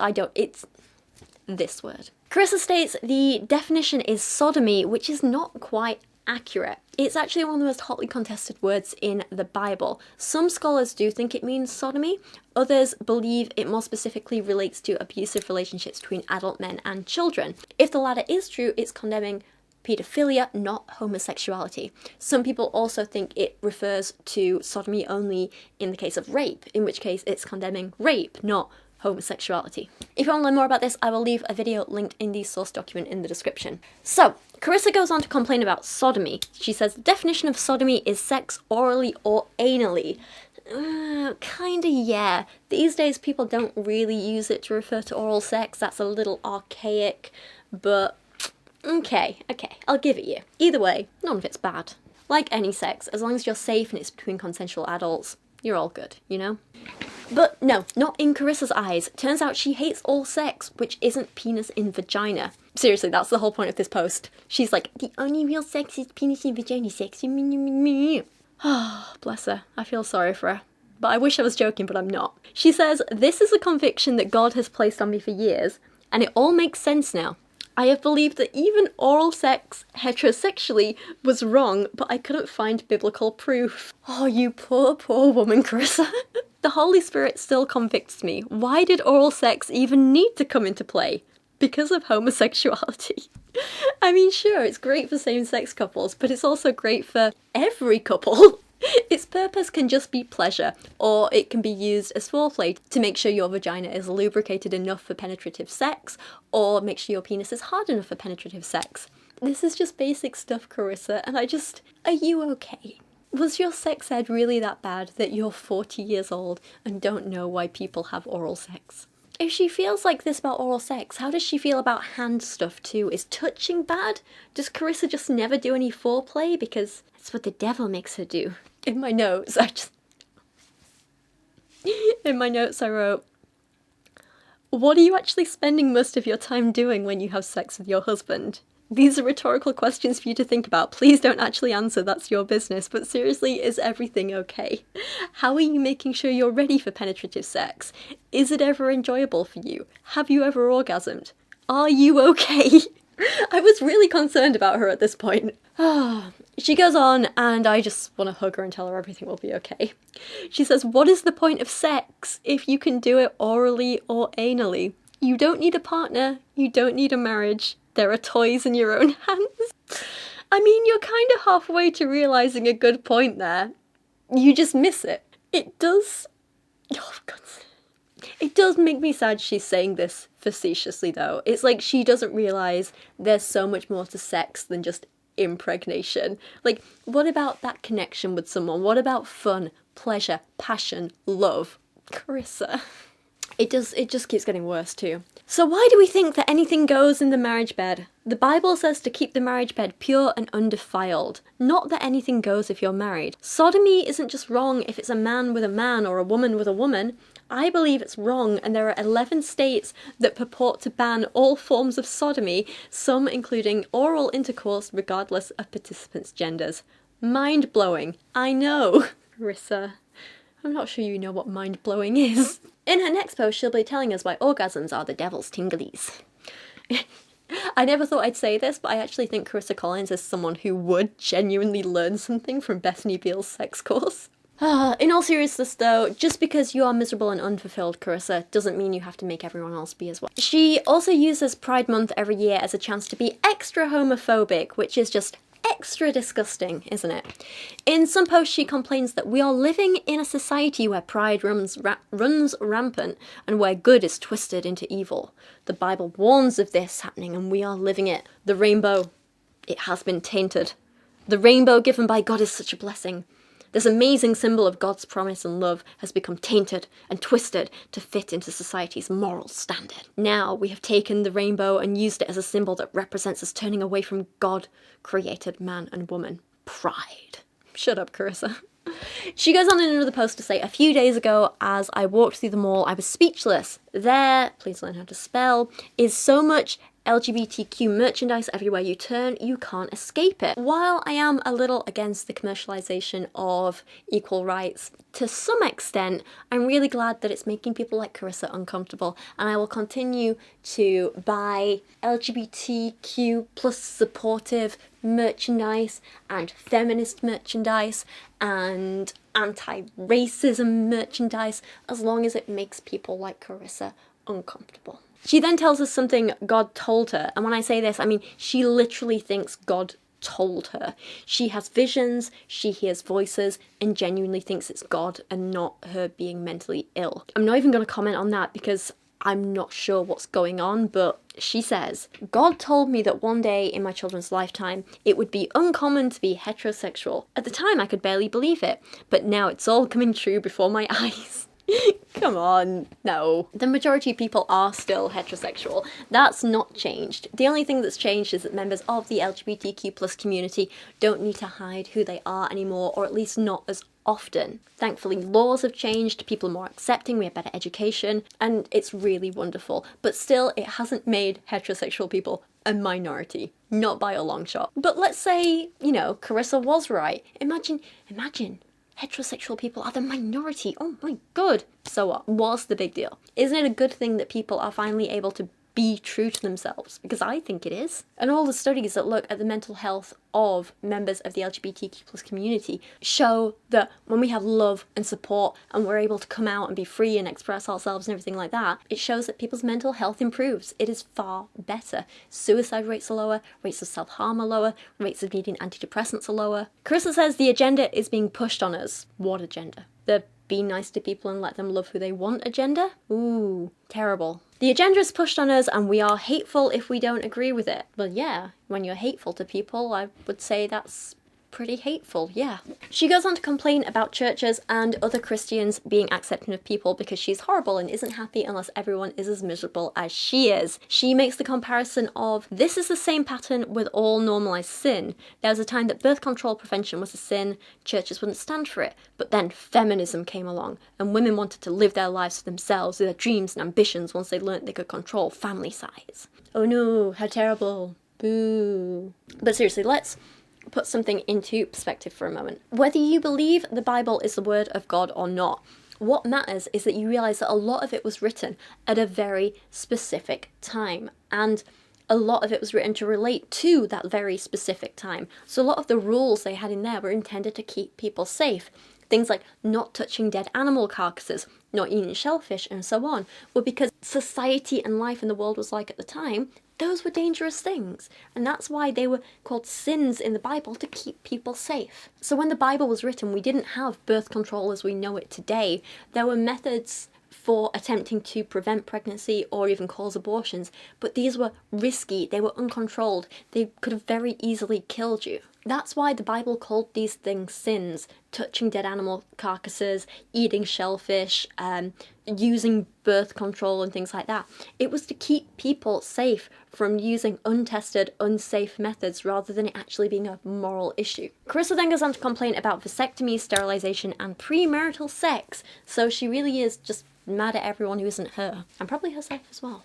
She ends by saying how now homosexuality is being pushed to be normalised. Yeah, because it is normal. Most animal species have some form of homosexuality. Every human culture in the history of humanity has had gay people and trans people and non-binary people. It is normal. Other anti-pride posts from her talk about how awful love is. She mocks the idea that love is love, and that these days many accept sexual sin out of love, implying that love for other humans is bad, apparently. Apparently the only real love, because yeah, we're at the point where Karissa is gatekeeping and no true Scotsmaning love, the only real love to Karissa is sharing the truth of the Bible and warnings of his coming judgment. And then she ends with a stupid anti-vax rant, but don't worry, we'll be talking about her bad science stuff in just a moment. A few commenters asked Karissa things like, statistically, at least one of your children will be gay because they were born that way. How do you plan on treating that child? Will you tell them they're going to hell? Do you know what kind of damage you will do to that poor child? If you only accept your children if they abide by your twisted rules, you should never have had kids in the first place. An excellent, excellent point. But Karissa responded with, well, that's a lie from the devil, and I rebuke it to the pits of hell. We're all born into a sinful world in need of a saviour. Not helpful or a real answer. I really do worry though, because some of Karissa's fans responded to this with just lies and harmful ideas, so this is what she's encouraging in her audience. We believe that statistics don't work on us. Statistics don't dictate our life. We are made for a reason and God will see us through. Nobody is born gay or trans. No weapon formed against this family shall prosper. LGB, etc. is a sin, just like any other sin. It's horrifying, right? And there's so many comments and posts like this. It's just, she posts so often and it's just more of the same. So let's move on to the next section. This one we are talking about her defense of Josh Duggar and her consistent victim blaming. This one might be a little hard for some people to listen to, so just be careful going into it. So I first got an inkling that Karissa was a bit of a victim blamer who didn't take sexual assault seriously after I saw her complaining online about the dangers of secular music, but then using sexual assault anthem Blurred Lines in a reel to show off her new home. I get it. It's a catchy song, but if you're so worried about the music we're listening to affecting your kids, maybe don't promote a song that is literally about rape. Just an idea. Obviously I can't play the video's audio for copyright reasons, but you can find it on Karissa's Instagram, again linked in the sources document below. Other than that, she just straight up shamed victims of sexual assault and vocally supported child predator Josh Duggar and his family, who covered up his crimes and therefore enabled his abuse of children for years. Let's take a look at some examples, starting with her defense of Josh and the rest of the Duggars. If you are unclear who the Duggars are, then I think I have around 3 videos made on them. One of them is about Josh Duggar and his crimes in particular. One of them is about the hypocrisy of the dad, Jim Bob Duggar. And the other is about the Duggars being part of the IBLP and their homeschooling curriculum and educational materials and all that sort of thing.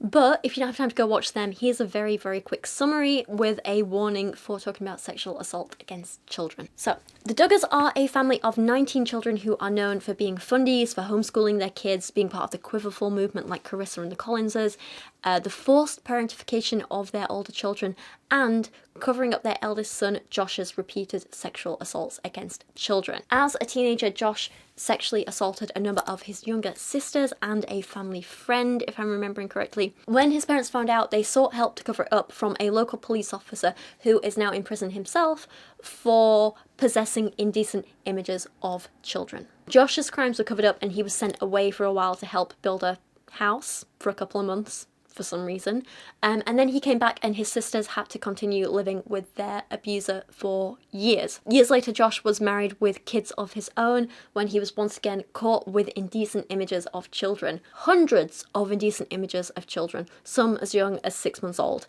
Thankfully, he was arrested, found guilty, and is now rotting in prison where he belongs. The Duggars are also part of the IBLP, whose founder has been known to sexually assault teenage girls and whose teachings literally give advice for how to cover up sexual assault in kids. I'm not even joking, I'm not exaggerating, go watch my video on it. That's why, amongst many other reasons, people don't like the Duggars. They're very, very good reasons to not like them. So when Karissa defends the Duggars and defends Josh, that's what she's defending. In this post in particular, she says of the Duggars, "Yes, I love this family and cannot stand the hate they get from hurt people. I think it's perfectly reasonable to hate parents who enable child sexual assault.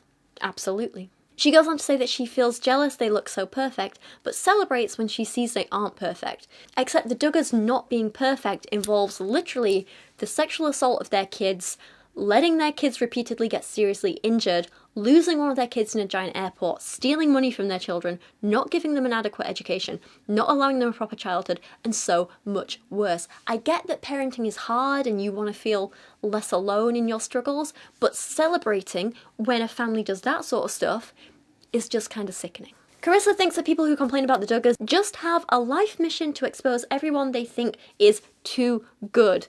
Trust me, no one is criticising the Duggars for being too good.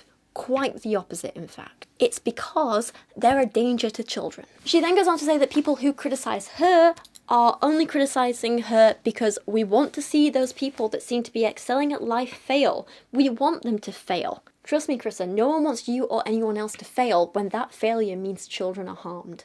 No one wants that. People call you out and criticise you out of concern for your kids. No good person wants to see kids getting harmed. I can't deal with this. In one of her pro-Duggar posts, a commenter called her out by saying, "I used to love the Duggars too until their son came out as a paedophile." Not the words I'd use, but I get the point. Karissa responded with this sickening response.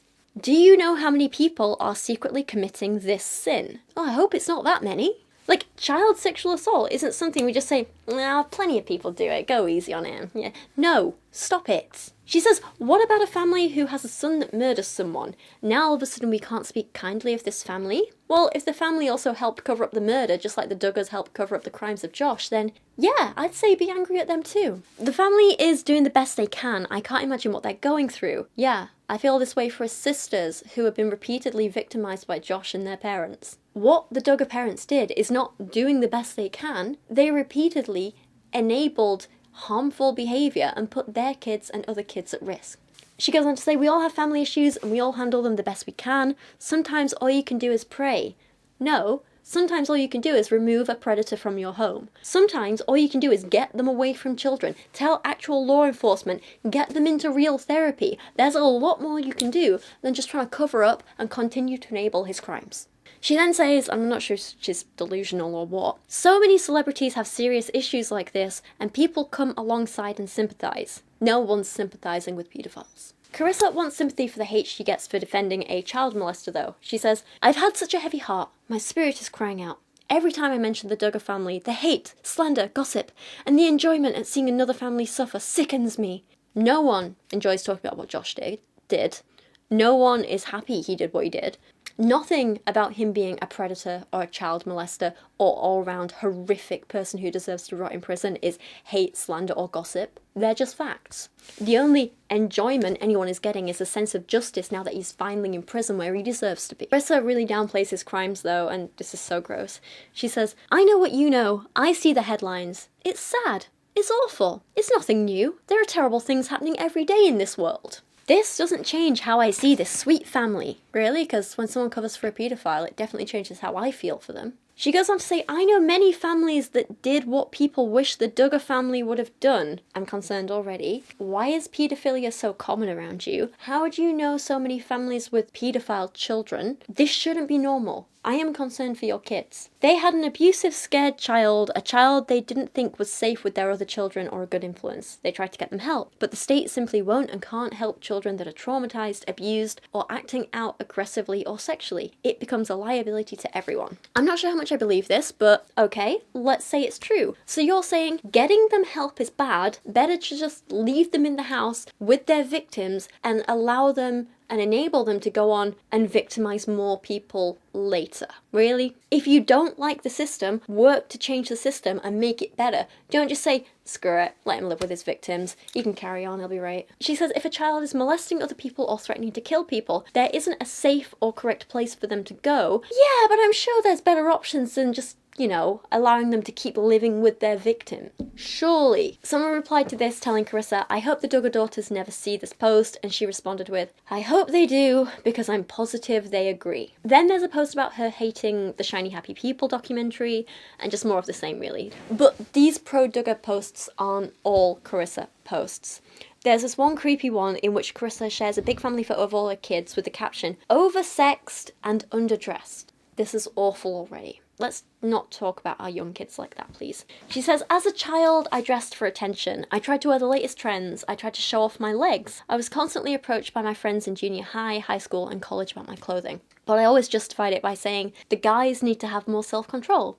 In my mind, it wasn't a me problem, but rather a them problem. As I have had children, been married, my perspective has completely changed. The men of today have temptation at every turn of their head. We are living in an oversexed generation all about seduction, and we play a huge part. Every outfit will either entice a man to want to sleep with you, or they will want to respect you. The New Testament addresses even lusting after a woman as equivalent to an affair. Are we causing others to stumble by the way we dress? That is a serious sin. Promiscuous women have been the downfall of many men in the Bible and throughout history. May we not be that woman that makes another man fall." Quintessential victim blaming.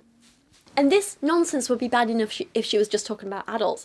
But the fact she's talking about herself as a child and sharing it on a photo of her kids and implying that, her kids have to be careful with the way they dress, it's sickening. It really is. Combined with the whole defense of the paedophile thing, it all makes me very uncomfortable. As an adult woman, I'm so tired of my body simply existing, being called, me being hypersexualized, over-sexualized, causing men to lust, people accusing me of using my body for views, attention, blah, blah, blah, blah, blah. It really, really bothers me. I have a body that exists this way, and I'm fed up of being ashamed of it, you know? I was on a date with this man once, and he was asking about like what kind of videos I make on YouTube, and I was telling him about it, and he started asking like what my most popular videos were. So I told him about like, you know, my top one is one reviewing the Pearls book to train up a child, which is essentially a guide to child abuse. I told him I've done like poetry analysis videos. I told him another one of my big ones at the time was one of the girl-defined, like, I found their old anti-LGBTQ plus blog posts and kind of like brought them to the public's attention. I was telling them about that. You know, like all really serious topics that I put a lot of time and effort into. There was a lot of scripting that went on, really big effort videos, and his response to hearing all that and hear about my hard work and what I do and the whole video making process and the topics was to say, yeah, but like, be serious. Boobs equal views, right? All my hard work, years of work, was just brushed aside and minimized because I am a woman with a chest, and apparently that's all I need to get me views. This video has taken me 3 weeks to write. The script is 31,000 words. This is off script, but the script is 31,000 words long. I have been filming now for 2.5 hours last night, 3 hours today. The editing is going to take me forever. I've still got more of this to get through. Yeah, I'm not getting my views because, you have breasts. If it was that easy, why would I bother with all this work? It really bothers me when people just minimize everything because I'm a woman. And I get so many women in the comment section who tell me the same things, and it's just, I get sick of it. I really get sick of it. And it's not just cis women like myself who get put down and like told we're lesser than because of our gender. I was reading this book, which one was it? I want to say maybe it was Invisible Women, or I'll try and find out which one it's from and pop the source on screen. But basically this guy was saying like, he was like quite a prominent mathematician, right? And he'd done like a crap ton of work, got a whole bunch of papers published and everything.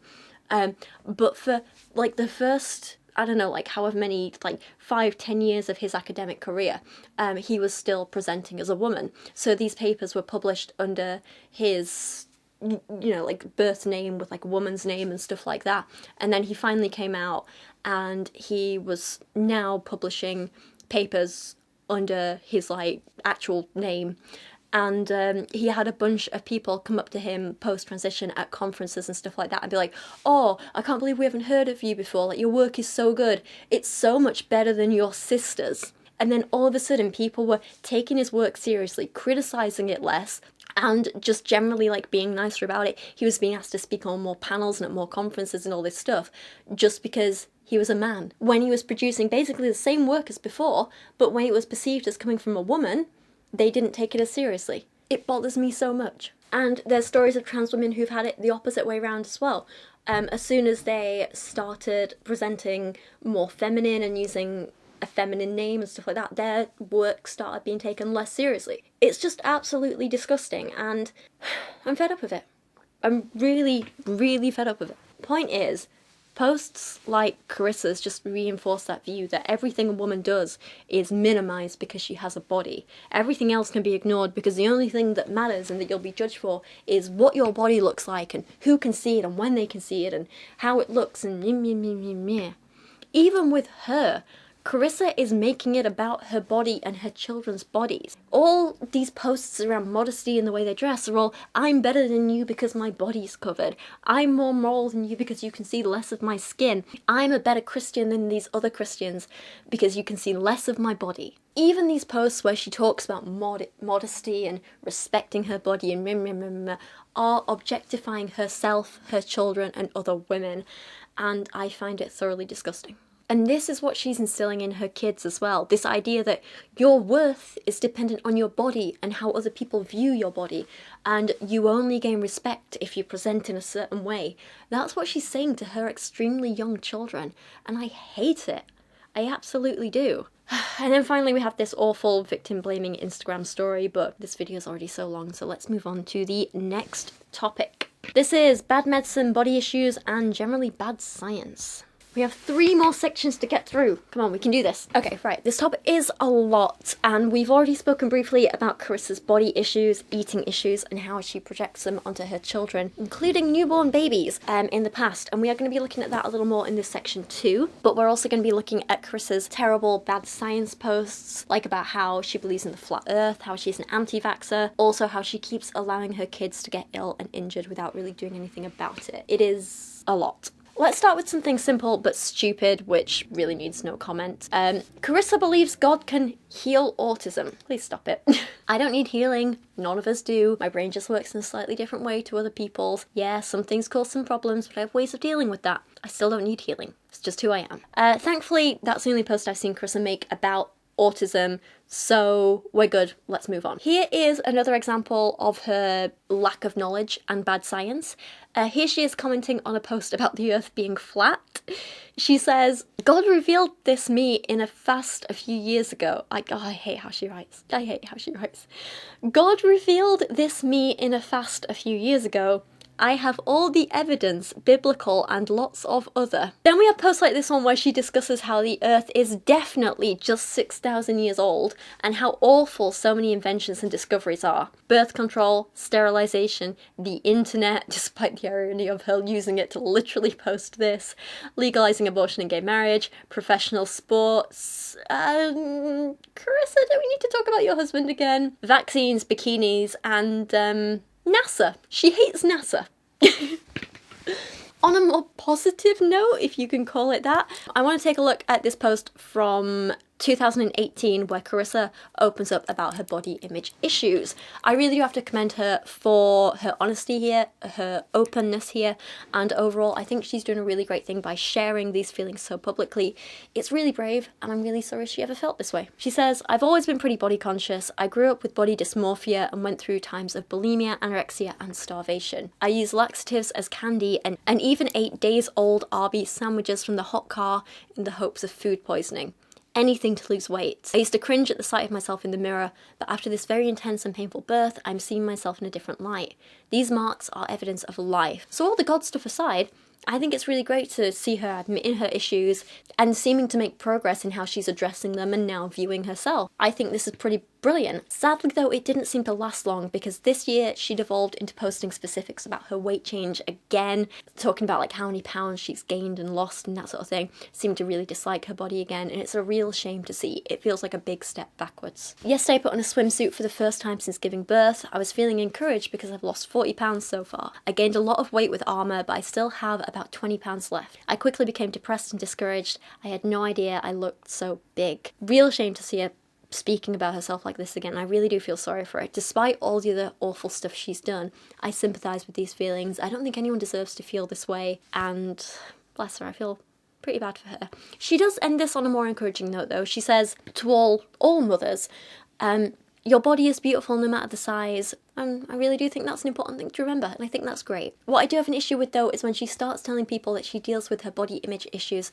through fasting, and she encourages them to do the same. This is really, really dangerous. So many people ask me how I stay so slim after having 9 children. Over the years, I've learned to take fasting seriously. Not in a weight loss way, but in a submission, surrender, and obedience to God way. I never do it to lose weight, and I'm sorry, but I just don't believe that. I think she's making excuses. Because honestly, fasting is hard. I would never have the self-control or desire to fast to lose weight. I fast without food and drink, even no water. This is so dangerous. Please stop. Please no one else do this. Now, fasting like this is awful in itself, but worse than this, Karissa does it while pregnant, for days. She just fasts while pregnant for days, like not even drinking water. We know she's had complications with pregnancies. She's had miscarriages, premature births, all sorts of other issues, and I can only hope these weren't caused by the fasting, but honestly, I'm not sure. Listen to this really dangerous admission from 2019. As you know, I had Answer a year and a half ago at 29 weeks pregnant. After a pregnancy with many complications, many people asked me if I was going to stop having children. And so through the ridicule, we became pregnant with baby number 8 and fully trusted God. In my first trimester, I was led by God to fast. I fasted for 88 hours and endured the hardest fast to date. During this fast, God revealed so much to me. Despite people thinking I was crazy for fasting so early in pregnancy and in pregnancy at all, I knew God called me to it and I trusted him to sustain the baby. Shortly after the fast, I developed pneumonia and was sick for weeks. None of this ever affected the baby. Like, does she know how lucky she was? She could have caused some major problems. She could have lost the baby. Like, this is so irresponsible and dangerous, and it makes me furious. She says, I struggled through an infection the entire pregnancy that made life somewhat miserable. Then in my third trimester, my husband and I fasted for unity and clarity. It was again a very hard fast since I was very pregnant and hungry. Stop it. This is then followed by a story of a really traumatic pregnancy filled with illness and stress and her husband not being there, and then an awful sounding childbirth. The thing is though, this isn't the only time she's endangered her children. A while back she made a 45-minute long live stream telling the story of how her baby ended up in intensive care twice thanks to untreated UTIs. That's a urinary tract infection. Anthem had a small fever and she wasn't eating as much, and she just like all of a sudden lost complete control of her muscles. So she couldn't hold her head up. She wouldn't lift her legs. She, like her face drooped. She had no facial expressions. We ended up going to lunch afterwards. Wouldn't look at her. Her eyes were like this. It was just really scary. So we went to eat lunch and she just looked really, really bad. So we got to Cook's emergency room, or I took her by myself. The rest of the family stayed and ate lunch with my mom. They admitted her. They took her to the back to the emergency room, and they took her blood, like did a bunch of tests. They ended up doing, because we don't vaccinate, which they tried to blame her sickness on us not vaccinating. And so because we don't vaccinate, they really thought she had tuberculosis. So then they took her straight to an MRI and an X-ray. And as he was taking her to the MRI, a nurse came over, looked at me, told him a secret, and then took off. And I'm like, what is happening? I already have fears of CPS because social media calls CPS so much. So we run into this new room and they hook her up to all these machines. They're all yelling. They're yelling that she has sepsis and to hurry up. And they hook her up to all kinds of machines. And then they eventually put her on high flow oxygen. She looks scared out of her mind. They put a neck brace on her because she is like, her neck is wobbling. She literally has no muscle control. At this point, all they know is that she had a UTI that spread to the rest of her body. It's a UTI that no one could have seen coming. It was completely undetectable. She really didn't have any signs except like when I got to urgent care, her diaper, like her pee looked a little brown. So when I got there on Sunday, they said I could hold her and feed her. So I held her and gave her a bottle and she drank like 5 ounces. They were so happy with it. And while I was holding her, she like had some episode and it looked like she had passed out. Her stats went down and they grabbed her from me, put her on the bed, and they all started freaking out. It was like she stopped breathing for a second.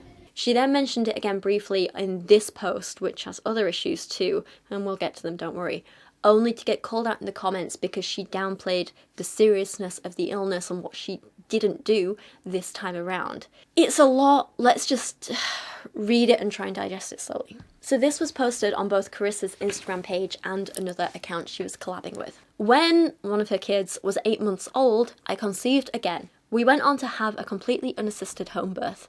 I never once saw a doctor and fasted and prayed my whole pregnancy. Birth went amazing, and Jesus was my midwife. When my baby turned 1, she was admitted to ICU and almost died. They still have no idea why. It was the hardest 19 days of my life. There's more to this post. Much more, and we're going to talk about it in a second. But first let's have a look at the response to this bit, because based on Karissa's other videos and posts, we do know why she was admitted to the ICU. We do know why she almost died. Twice. and we know that Karissa is completely downplaying this. One commenter replied saying, "This post is full of blatant lies and Karissa knows this. Her baby girl went septic a year ago and ended up in the ICU because she ignored symptoms of an infection. This happened again just a few weeks ago from another UTI and they figured out a medical reason and are addressing it. She was hospitalized for this too." There's things like in the live stream, Karissa talks about how, like, one of the symptoms of a UTI is, like, dark and discoloured urine and, like, blood in the urine and stuff like that.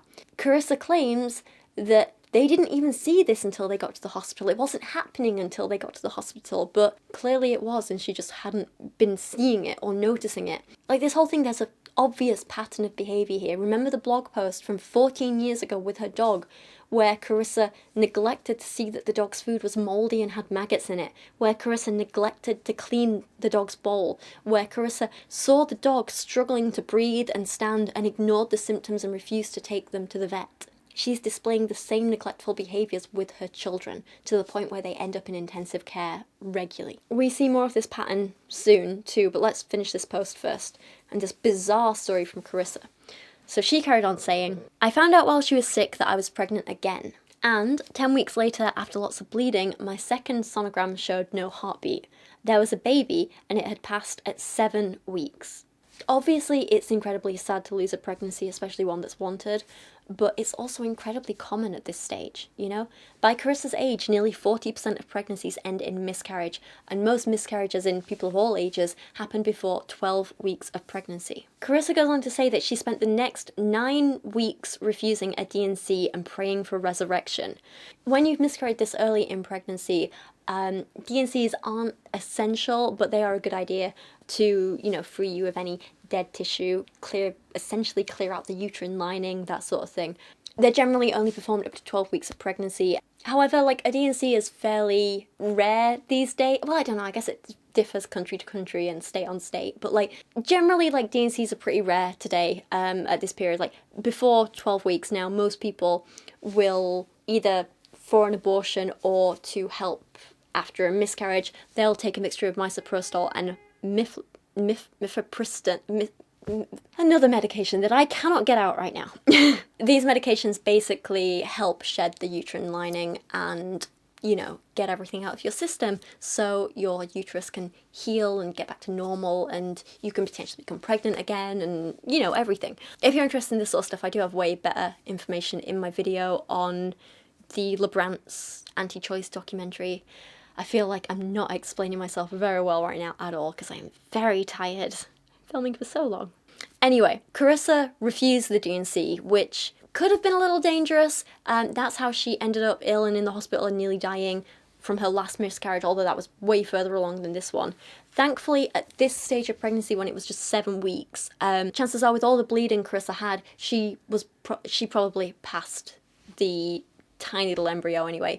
Tiny. She could have passed it without even noticing, or potentially it would have broken down and been reabsorbed by her body. However, Karissa refused to believe she'd actually miscarried and still kept counting the weeks of pregnancy. So she admits this embryo stopped growing at 7 weeks, right? And yet she says, at 19 weeks pregnant, I hadn't passed a baby or bled other than still having monthly periods that hadn't ever gone away, and was informed there was no longer a sac or baby. Karissa, what do you think periods are? This whole thing is very, very odd. But she thinks, my baby had resurrected out of my body, and my body was healthier than ever. I gave birth to our 10th baby, 12th pregnancy, 8 weeks ago. I just have no words. She really thinks that after all the bleeding she had, and the period she had, the embryo, instead of being passed in the blood and partially reabsorbed in the body, she thinks it was resurrected out of her uterus. Anyway, the same commenter as before called out this very last bit of the story with her perfect birth of her last son and all that stuff, saying, her last home birth ended with Karissa losing a lot of blood. She denied blood transfusions for whatever reason, and she ended up being hospitalised after this wonderful home birth. Baby boy got an infection and was in hospital for over 2 weeks. Karissa has posted about seeking mental health care lately and having disturbing thoughts after his birth. She's suffering from severe postpartum depression and this page is glorifying it. Another commenter chimed in to say, Karissa miscarried her last failed pregnancy at just a few weeks. No DNC was needed. She did, however, need a DNC a few years ago and refused. She almost died as a result and ended up having to get one anyway. This woman is crazy. She deludes herself and preaches dangerous practices for others to believe. So, all that stuff she was saying earlier about how it doesn't matter if you're alive to raise your children, just as long as you keep having them, it sadly seems like she really does practice what she preaches, and she doesn't care about dying and leaving her kids behind. Which is sad. Now seems like a good point to bring up her anti-vax nonsense too. Again, it's hard to know where to start with this because there are just so many anti-vax posts that she makes. Someone's as good a place to start as any. When you find out what's really inside those needles, you switch sides. Really, Karissa? Because as someone who has studied infectious diseases and how to treat them at a university level, I actually understand the benefits of vaccines. So, no, I'm sorry, I don't believe for a second you really understand them or know what's in them or know what you're talking about. We used to take our children to every well check where they simply weighed them and poked them too many times. I remember sitting there watching them cry and feeling like my heart left my body. So she's like, hey, pastor, should I keep vaccinating my kids? And he's like, hell yeah, listen to the doctors, they know what they're doing. Smart man. And she's like, no. You Google it, you don't know what to believe. What research is true? How do we know what to trust? Yeah, that's why we have things like trusted journals, accreditation, peer reviews. We don't just blindly listen to some mum posting on Facebook. No offence, Karissa. Well, maybe a little offence. My kids started to get sick right after vaccinating. You mean the immune response that happens when you trigger the immune system? That's literally our body's way of telling us, hey, I'm working, your immune system's working, figuring out how to fight this thing. Karissa goes on to claim one of her kids was even hospitalised after 2 needles and almost died after a week in the ICU. I think this was the kid who had the UTI. This has nothing to do with vaccinations and everything to do with you ignoring their symptoms of a UTI which turned septic. Anyway, point is she now refuses to vaccinate her kids, and despite the title of this post, she never actually bothers to tell us any of these bad things in vaccines or how she thinks they're affecting her kids, so bunch of nonsense again. In another post she tells us how she came to this conclusion, and it's not what you might think. Apparently one day God broke my rib after my 7th baby was born. As I was praying for healing, he told me to stop poisoning my children. I agreed to never do it again and was immediately healed. Doubt. In this other post, Karissa says the broken rib and the baby who nearly died from the vaccine are related. When I was breastfeeding her, I caught the sickness through shedding from her vaccine. It was so bad that I coughed so hard that I broke my rib. Anyway, blah blah blah. She promised God she wouldn't vaccinate anymore and was immediately healed. As I said before, doubt.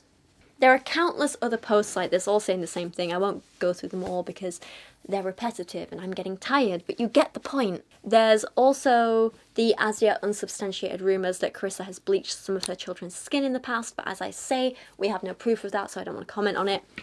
I also found this Tumblr post from 2021 where the author recounts some of the instances of neglect the Collins children have faced. This user said, she left a toddler and a 3-year-old unsupervised while her older children prepared lunch for themselves. Anka and Ansa played with kitchen scissors, and now Anka has a severe injury that includes a severed tendon. It makes me feel so awful, I hate that. Ugh. To make matters worse, Anka cannot get surgery on the hand because he tested positive for COVID. This is now the 2nd time in a very short span Anka has been seriously injured as a result of neglect. He broke his leg about 2 months ago playing on a climbing wall that was not age appropriate. He is suffering from a serious painful injury requiring plastic surgery, and he is COVID positive. Karissa claims that Anka doesn't have any pain, and if you saw him you wouldn't know anything. That cannot possibly be true. Anka is wearing a bandage on his hand and wrist that makes it obvious something is wrong. I also find it impossible to believe that Anka is not in pain when his tendon is severed and has yet to be reattached. The user goes on to say, we have also seen video of Anka going headfirst down a slide for older children. If he doesn't have any concussions or spinal cord injuries, it's not from lack of trying.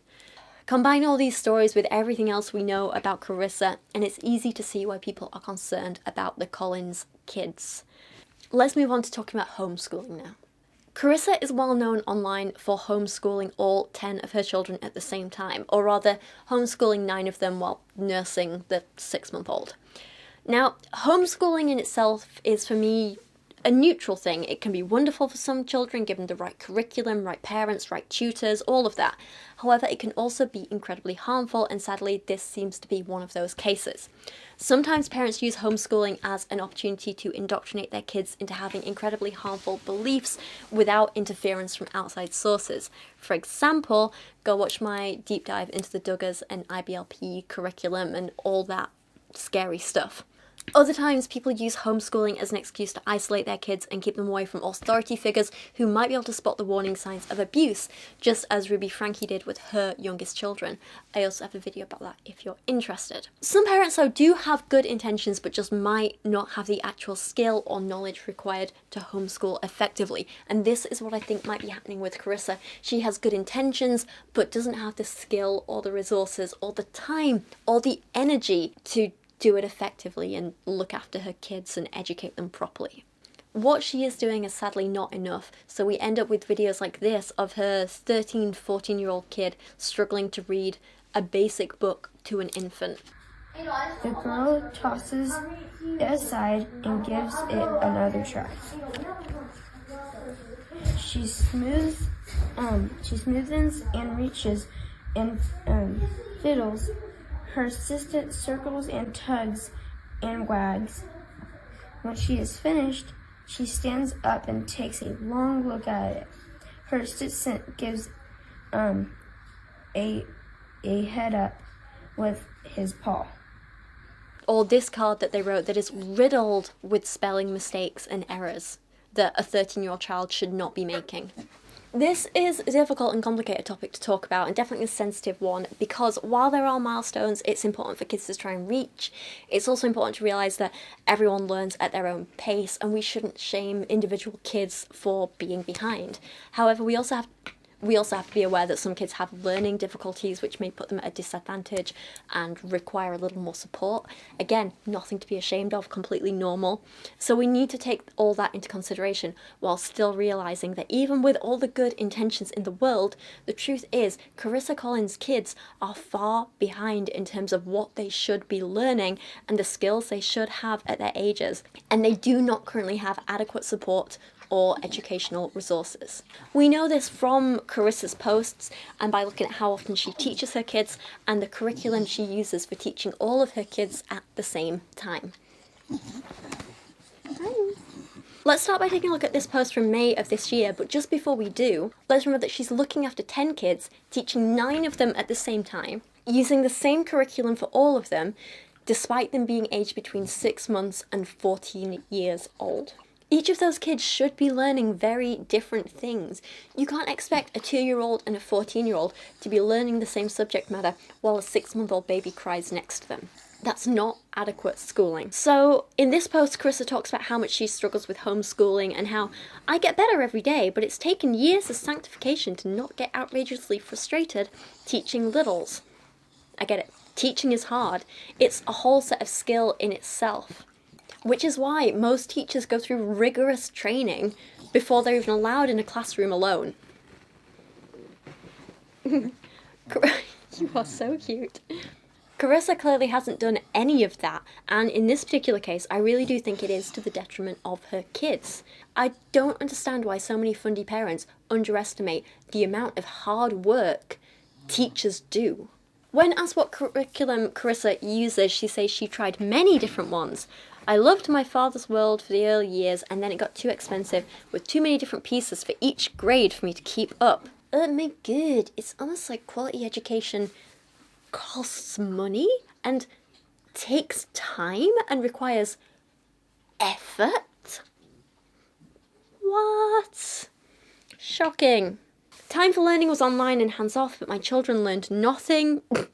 Again, what a surprise that children need actual adult guidance and aren't all born self-motivated and with the ability to read and write and use computers. Again, I think fundies like Karissa forget that learning is a skill in itself.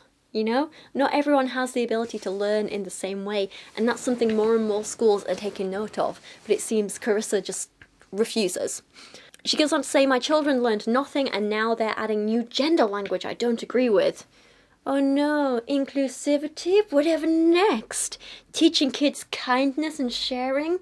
The horrors! This year we found a curriculum we can use together as a family. It's simple. We can do it all together every day, and we love doing it as a family. Gather Round Homeschool. Now, the fun thing about Gather Round Homeschool is they have a ton of free samples of their resources online, so you can really go and see exactly what these kids are getting, the way they structure it so all the kids do the same lesson but do different tasks. It just makes no sense to me, because what do they then do next year? How do you like build knowledge when they're all the same lessons again but with different tasks? It's not really building knowledge properly, is it? Like, let's take a look at this earth science lesson. And under the geography activities, early elementary kids are instructed to trace a line on a map and label North America, where older kids are told to draw a fault line on a map from a description and label continents, and high school kids are told to do the exact same thing and throw in a few country names if they fancy it. Doesn't really seem like enough progression, does it? There are these activities for kids to just copy out Bible verses and learn to spell words like justice, righteousness, and faithfulness in an earth science lesson. Then a colouring page so kids can cut out and colour their own tsunami destroying a beach. You know exactly how hundreds of people lose their lives. Feels a touch insensitive to me, but okay. Just like the IBLP curriculum, everything is tied back to the Bible too, so this lesson on rocks and minerals wants kids to list treasures on earth and in heaven, because reasons. Or in this chemistry lesson, it all ties back to how God created us, nothing is by accident, and blah blah blah. I also have issues with how even the most advanced stuff in these curriculums doesn't seem advanced enough. Like the high school segment in this one chemistry book, nothing is more advanced than you'd get at like 11 or 12 years old. Like, this is a high school activity, so we're talking 14 to 18-year-olds here. And they're getting stuff like define solids, liquids, and gases. Predict what you think the weather will be like today. Like, I know this is only a sample lesson, but I've seen a lot of the sample lessons now. You can download like 30 of them online. And you can also see the contents lists for the rest of the courses and stuff like that. And it's just, it doesn't feel like enough. Take another example from what's supposed to be a psychology course. And the first activity is to memorize these Bible verses and work on these frequently misspelled words like woman and studying. Again, this is a high school activity. High school. I know what I said earlier about everyone learning at their own pace, but I really do think this is far too basic for kids aged 14 to 18. Then there's more Bible study, followed by an activity where these almost adult teenagers are instructed to brainstorm what each sense does for you, and then write an acrostic poem about each of these senses. Are you serious? Some pages like these seem a little more appropriate for younger teens, like maybe around 13 to 15, but it's a shame that these are the minority. Other than these samples I found though, I also found some screenshots on the Fundy Snark subreddit, one which pointed out that the person who made this entire curriculum has absolutely no qualifications of her own, which is something she likes to brag about and use as a selling point. My name is Rebecca Spooner. I have no special accreditation. I have no certificates or qualifications lining my wall. I'm just a homeschool parent like you. I'm a second-generation homeschooler who is following my mother's footsteps. I have lived and breathed homeschool for as long as I can remember. So Karissa reads this and thought, yes, I will give her my money and trust my children's education to her and her lack of qualifications. This Redditor also pointed out some incredibly insensitive content in regards to Native Americans, including this story of Pocahontas, which tells kids, perhaps Pocahontas was very happy in her life, or perhaps she'd been forced into something she didn't want. We will never know for sure. Bearing in mind, Pocahontas was just 10 or 11 when she was essentially kidnapped and forced to marry a white man just because they were colonizing her country. But yeah, she could have been totally happy with that. Can we please stop whitewashing horrific historical events with, maybe she was happy, we'll never know. She was a child.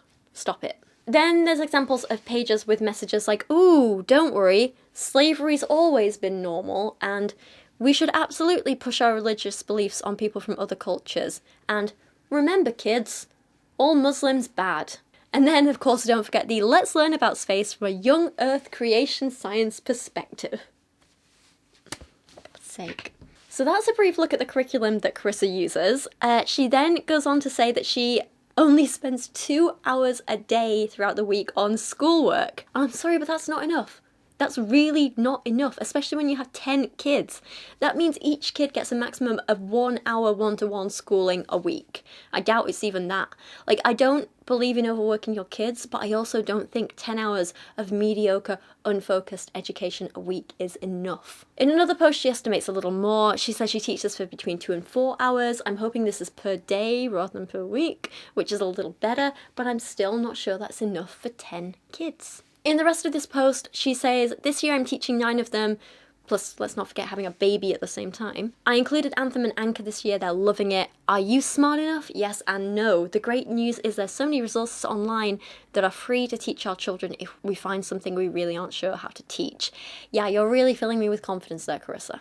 A follower then asked her if her kids want to go to public school, would you give them that chance? And she replied with, not if God says no. I don't ask my children what they want, I ask God. I have 2 thoughts about this. One, how come she always remembers to capitalise the name God but not her children's names? And 2, I really hate that I don't ask my children what they want line. Like, I get it. Sometimes kids don't make the best choices. Sometimes they don't know what's right for them. That's why parents are there to guide them. But also, how can you as a parent just never ask them what they want? Never take their wants or needs into consideration? How can you not even ask them what they want in their own lives? It's scary and selfish and honestly mean. It's mean. For our very last section, finally we are here and I'm so tired.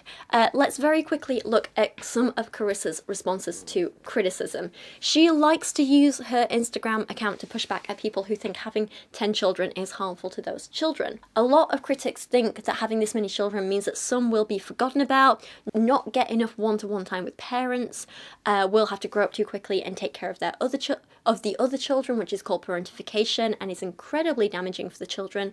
I spoke about it in the psychological effects in that video I did on the IBLP. But Karissa likes to push back against all these criticisms, and in May 2023 she said, did you know having a big family is abusive and dangerous, especially if you're a Christian? Let me explain. Many people have concluded that having a big family is abusive. Since there are more children, they will therefore become neglected, abused. The statistics apparently prove it. By this logic, practically anything we do would be considered abusive. Last year, there were 76 fatal drownings in just Texas. That's a lot. Does it stop parents from taking their children swimming? No. Does it make parents that still swim with their children abusive? Of course not. It simply means we are aware of the dangers and things to look out for. But the same logic is a logic used to shame big families and parents that choose to allow God to grow their families. They pull out statistics and the news media experiences of abused children. They use the unknown and things they hear to determine it's abusive and dangerous. And the thing is, she's right and wrong. Sure, just because there's a statistical trend doesn't mean everyone follow it and fall into it and that will happen to them, right? Not at all. And just because one person has been hurt one way doesn't mean others will. And she's right that we can learn from other people's bad experiences and be aware of the dangers and things to look out for. But keeping your kids safe still requires changes to ensure their safety. So with swimming, for example, being aware of the dangers and taking steps to keep your kids safe might include things like only swimming in safe, sanctioned swimming pools with a qualified lifeguard present, never allowing your kids to swim without your supervision, ensuring your kids wear life jackets or armbands or whatever when they're near water but aren't yet competent swimmers. You know the dangers and you take steps to ensure their safety, right? So in terms of having a large number of kids, like 10 kids, we know there's been a lot of neglect and abuse and parentification amongst big families and issues with homeschooling. So how do we ensure kids in big families stay safe? Well, we become aware of the past problems and make changes. We make sure there are sufficient adults to look after the number of kids there are. So in the UK, I think one childminder can't look after more than 4 kids at once, something like that.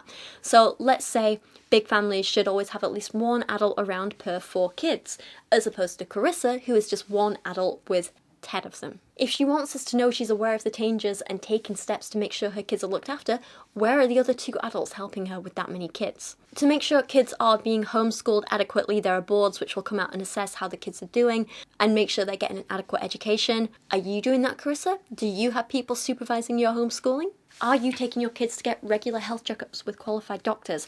Are you actually taking any steps to make sure your kids aren't neglected? Because I'm not seeing any. Despite Karissa saying that she'd never neglect or forget or ignore her kids, here's a post about how she has too many kids to keep track of, so she actually forgot about one of them for a family photo. She just left the kid in the car. And this was September 2019 when the Collins family had 8 kids, so they've got 2 more now. She says, blooper.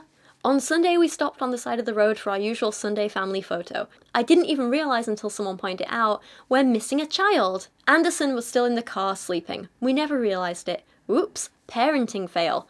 Our child was completely safe and fine, so please stop shaming us when you don't know the full story. Safe and fine this time, but what about the next time when you forget them in public, or you don't realise they're missing in a busy shopping centre or an airport? Remember when the Duggars lost a child in an airport? You're clearly not managing with this number of kids, and yet you keep having more. I think the criticisms against you are warranted. Karissa also responded specifically to the people concerned about parentification of her older children, and there's also this really long series of posts in which Karissa responds to a bunch of different criticisms. I have mixed feelings about this, because on the one hand, I know how emotionally draining it can be to have people accuse you of stuff you haven't done and name call and not leave you alone. So I can understand why she'd get mad about things like the skin bleaching comments and stuff like that. But on the other, as we've seen throughout this whole video, people are critiquing Carissa's own actual words and actions that we've seen her repeatedly display, like nearly killing her dog and stuff like that. So I do understand her frustration at some of the points, like in this one where she tells us, no, I don't bleach my children's skin, because like as I said earlier, that's a really serious issue, but there's no proof that Karissa actually does it, so I can understand her frustration here. But she also brings up points like, no, my husband doesn't beat us, he's literally the best dad and husband we can ask for. Yes, we have our issues, but we're insanely in love with the family God put together. This one I have more of an issue with, because by Carissa's own words, she's scared he's going to go too far in hitting her children. Admittedly, that was 12 years ago, but then more recently we have the video of him talking about like using a spatula to spank his young toddlers and stuff like that. So I don't know. This one I'm not sure about. Some points she makes though are just sadly straight up delusional, like where she says, no, I don't have a mental disorder or hear voices, I hear the Holy Spirit. Yes, we've seen many healings in our home, huge, radical, impossible healings, broken bones, MS, eczema, and so much more. And that is pretty much me done, finally, thankfully. I am exhausted. This has been an extremely long video to work on and film, and I know the editing is gonna take me forever as well. But in conclusion, I do worry about Karissa and her children, but I do genuinely believe she has good intentions. I do believe she wants to do good in the world, I really do. I do believe she wants to be a good mum. I also really sympathise with her at times because she's clearly been through a lot health-wise and body image-wise, and I think in some ways she has been really, really brave and really strong. However, I do still believe that so many of her actions and choices are dangerous, and so much of the stuff she posts online is so irresponsible and harmful that we can't ignore that. The only real solution to those things is to keep trying to correct the misinformation and make people aware of how wrong it is, and that has hopefully been the main purpose of this video. And so with that stuff in mind, I would really like to hear your thoughts on all of this. I'm honestly just left confused and exhausted, and I've swung back and forth so many times while writing the script and reading this script, and I'm sure I will again when I'm editing. Like, sometimes I feel like I could genuinely hate this woman, but then other times I'm like, oh my god, I just want to give her a hug and make sure she's okay, you know? So overall, I don't know. I don't know what to think. But what I will say is, let's try not to be too harsh on her as a person. Let's try and criticise her actions and not her, I guess, like personality or looks or anything like that. And let's try and use this as an opportunity to put something good out into the world that will hopefully teach other people and help other people, I guess. And with that in mind, that is me done for today. I am so tired. I know I keep saying it, I'm sorry, I'm properly exhausted. My throat is hurting, I'm ready for some food. If you like this video, please leave a comment. You can also go find me over on Instagram at Rachel Oates with a 0. If you like what I do here, you can support my work over on Patreon or with a one-off donation on PayPal. I also have merch available to buy and my poetry book. And that, I think, is all my shameless self-promotion. I'm going to go take my little grumbly Koopy bear for a walk. But for now, thank you so much for watching, and I'll see you guys soon.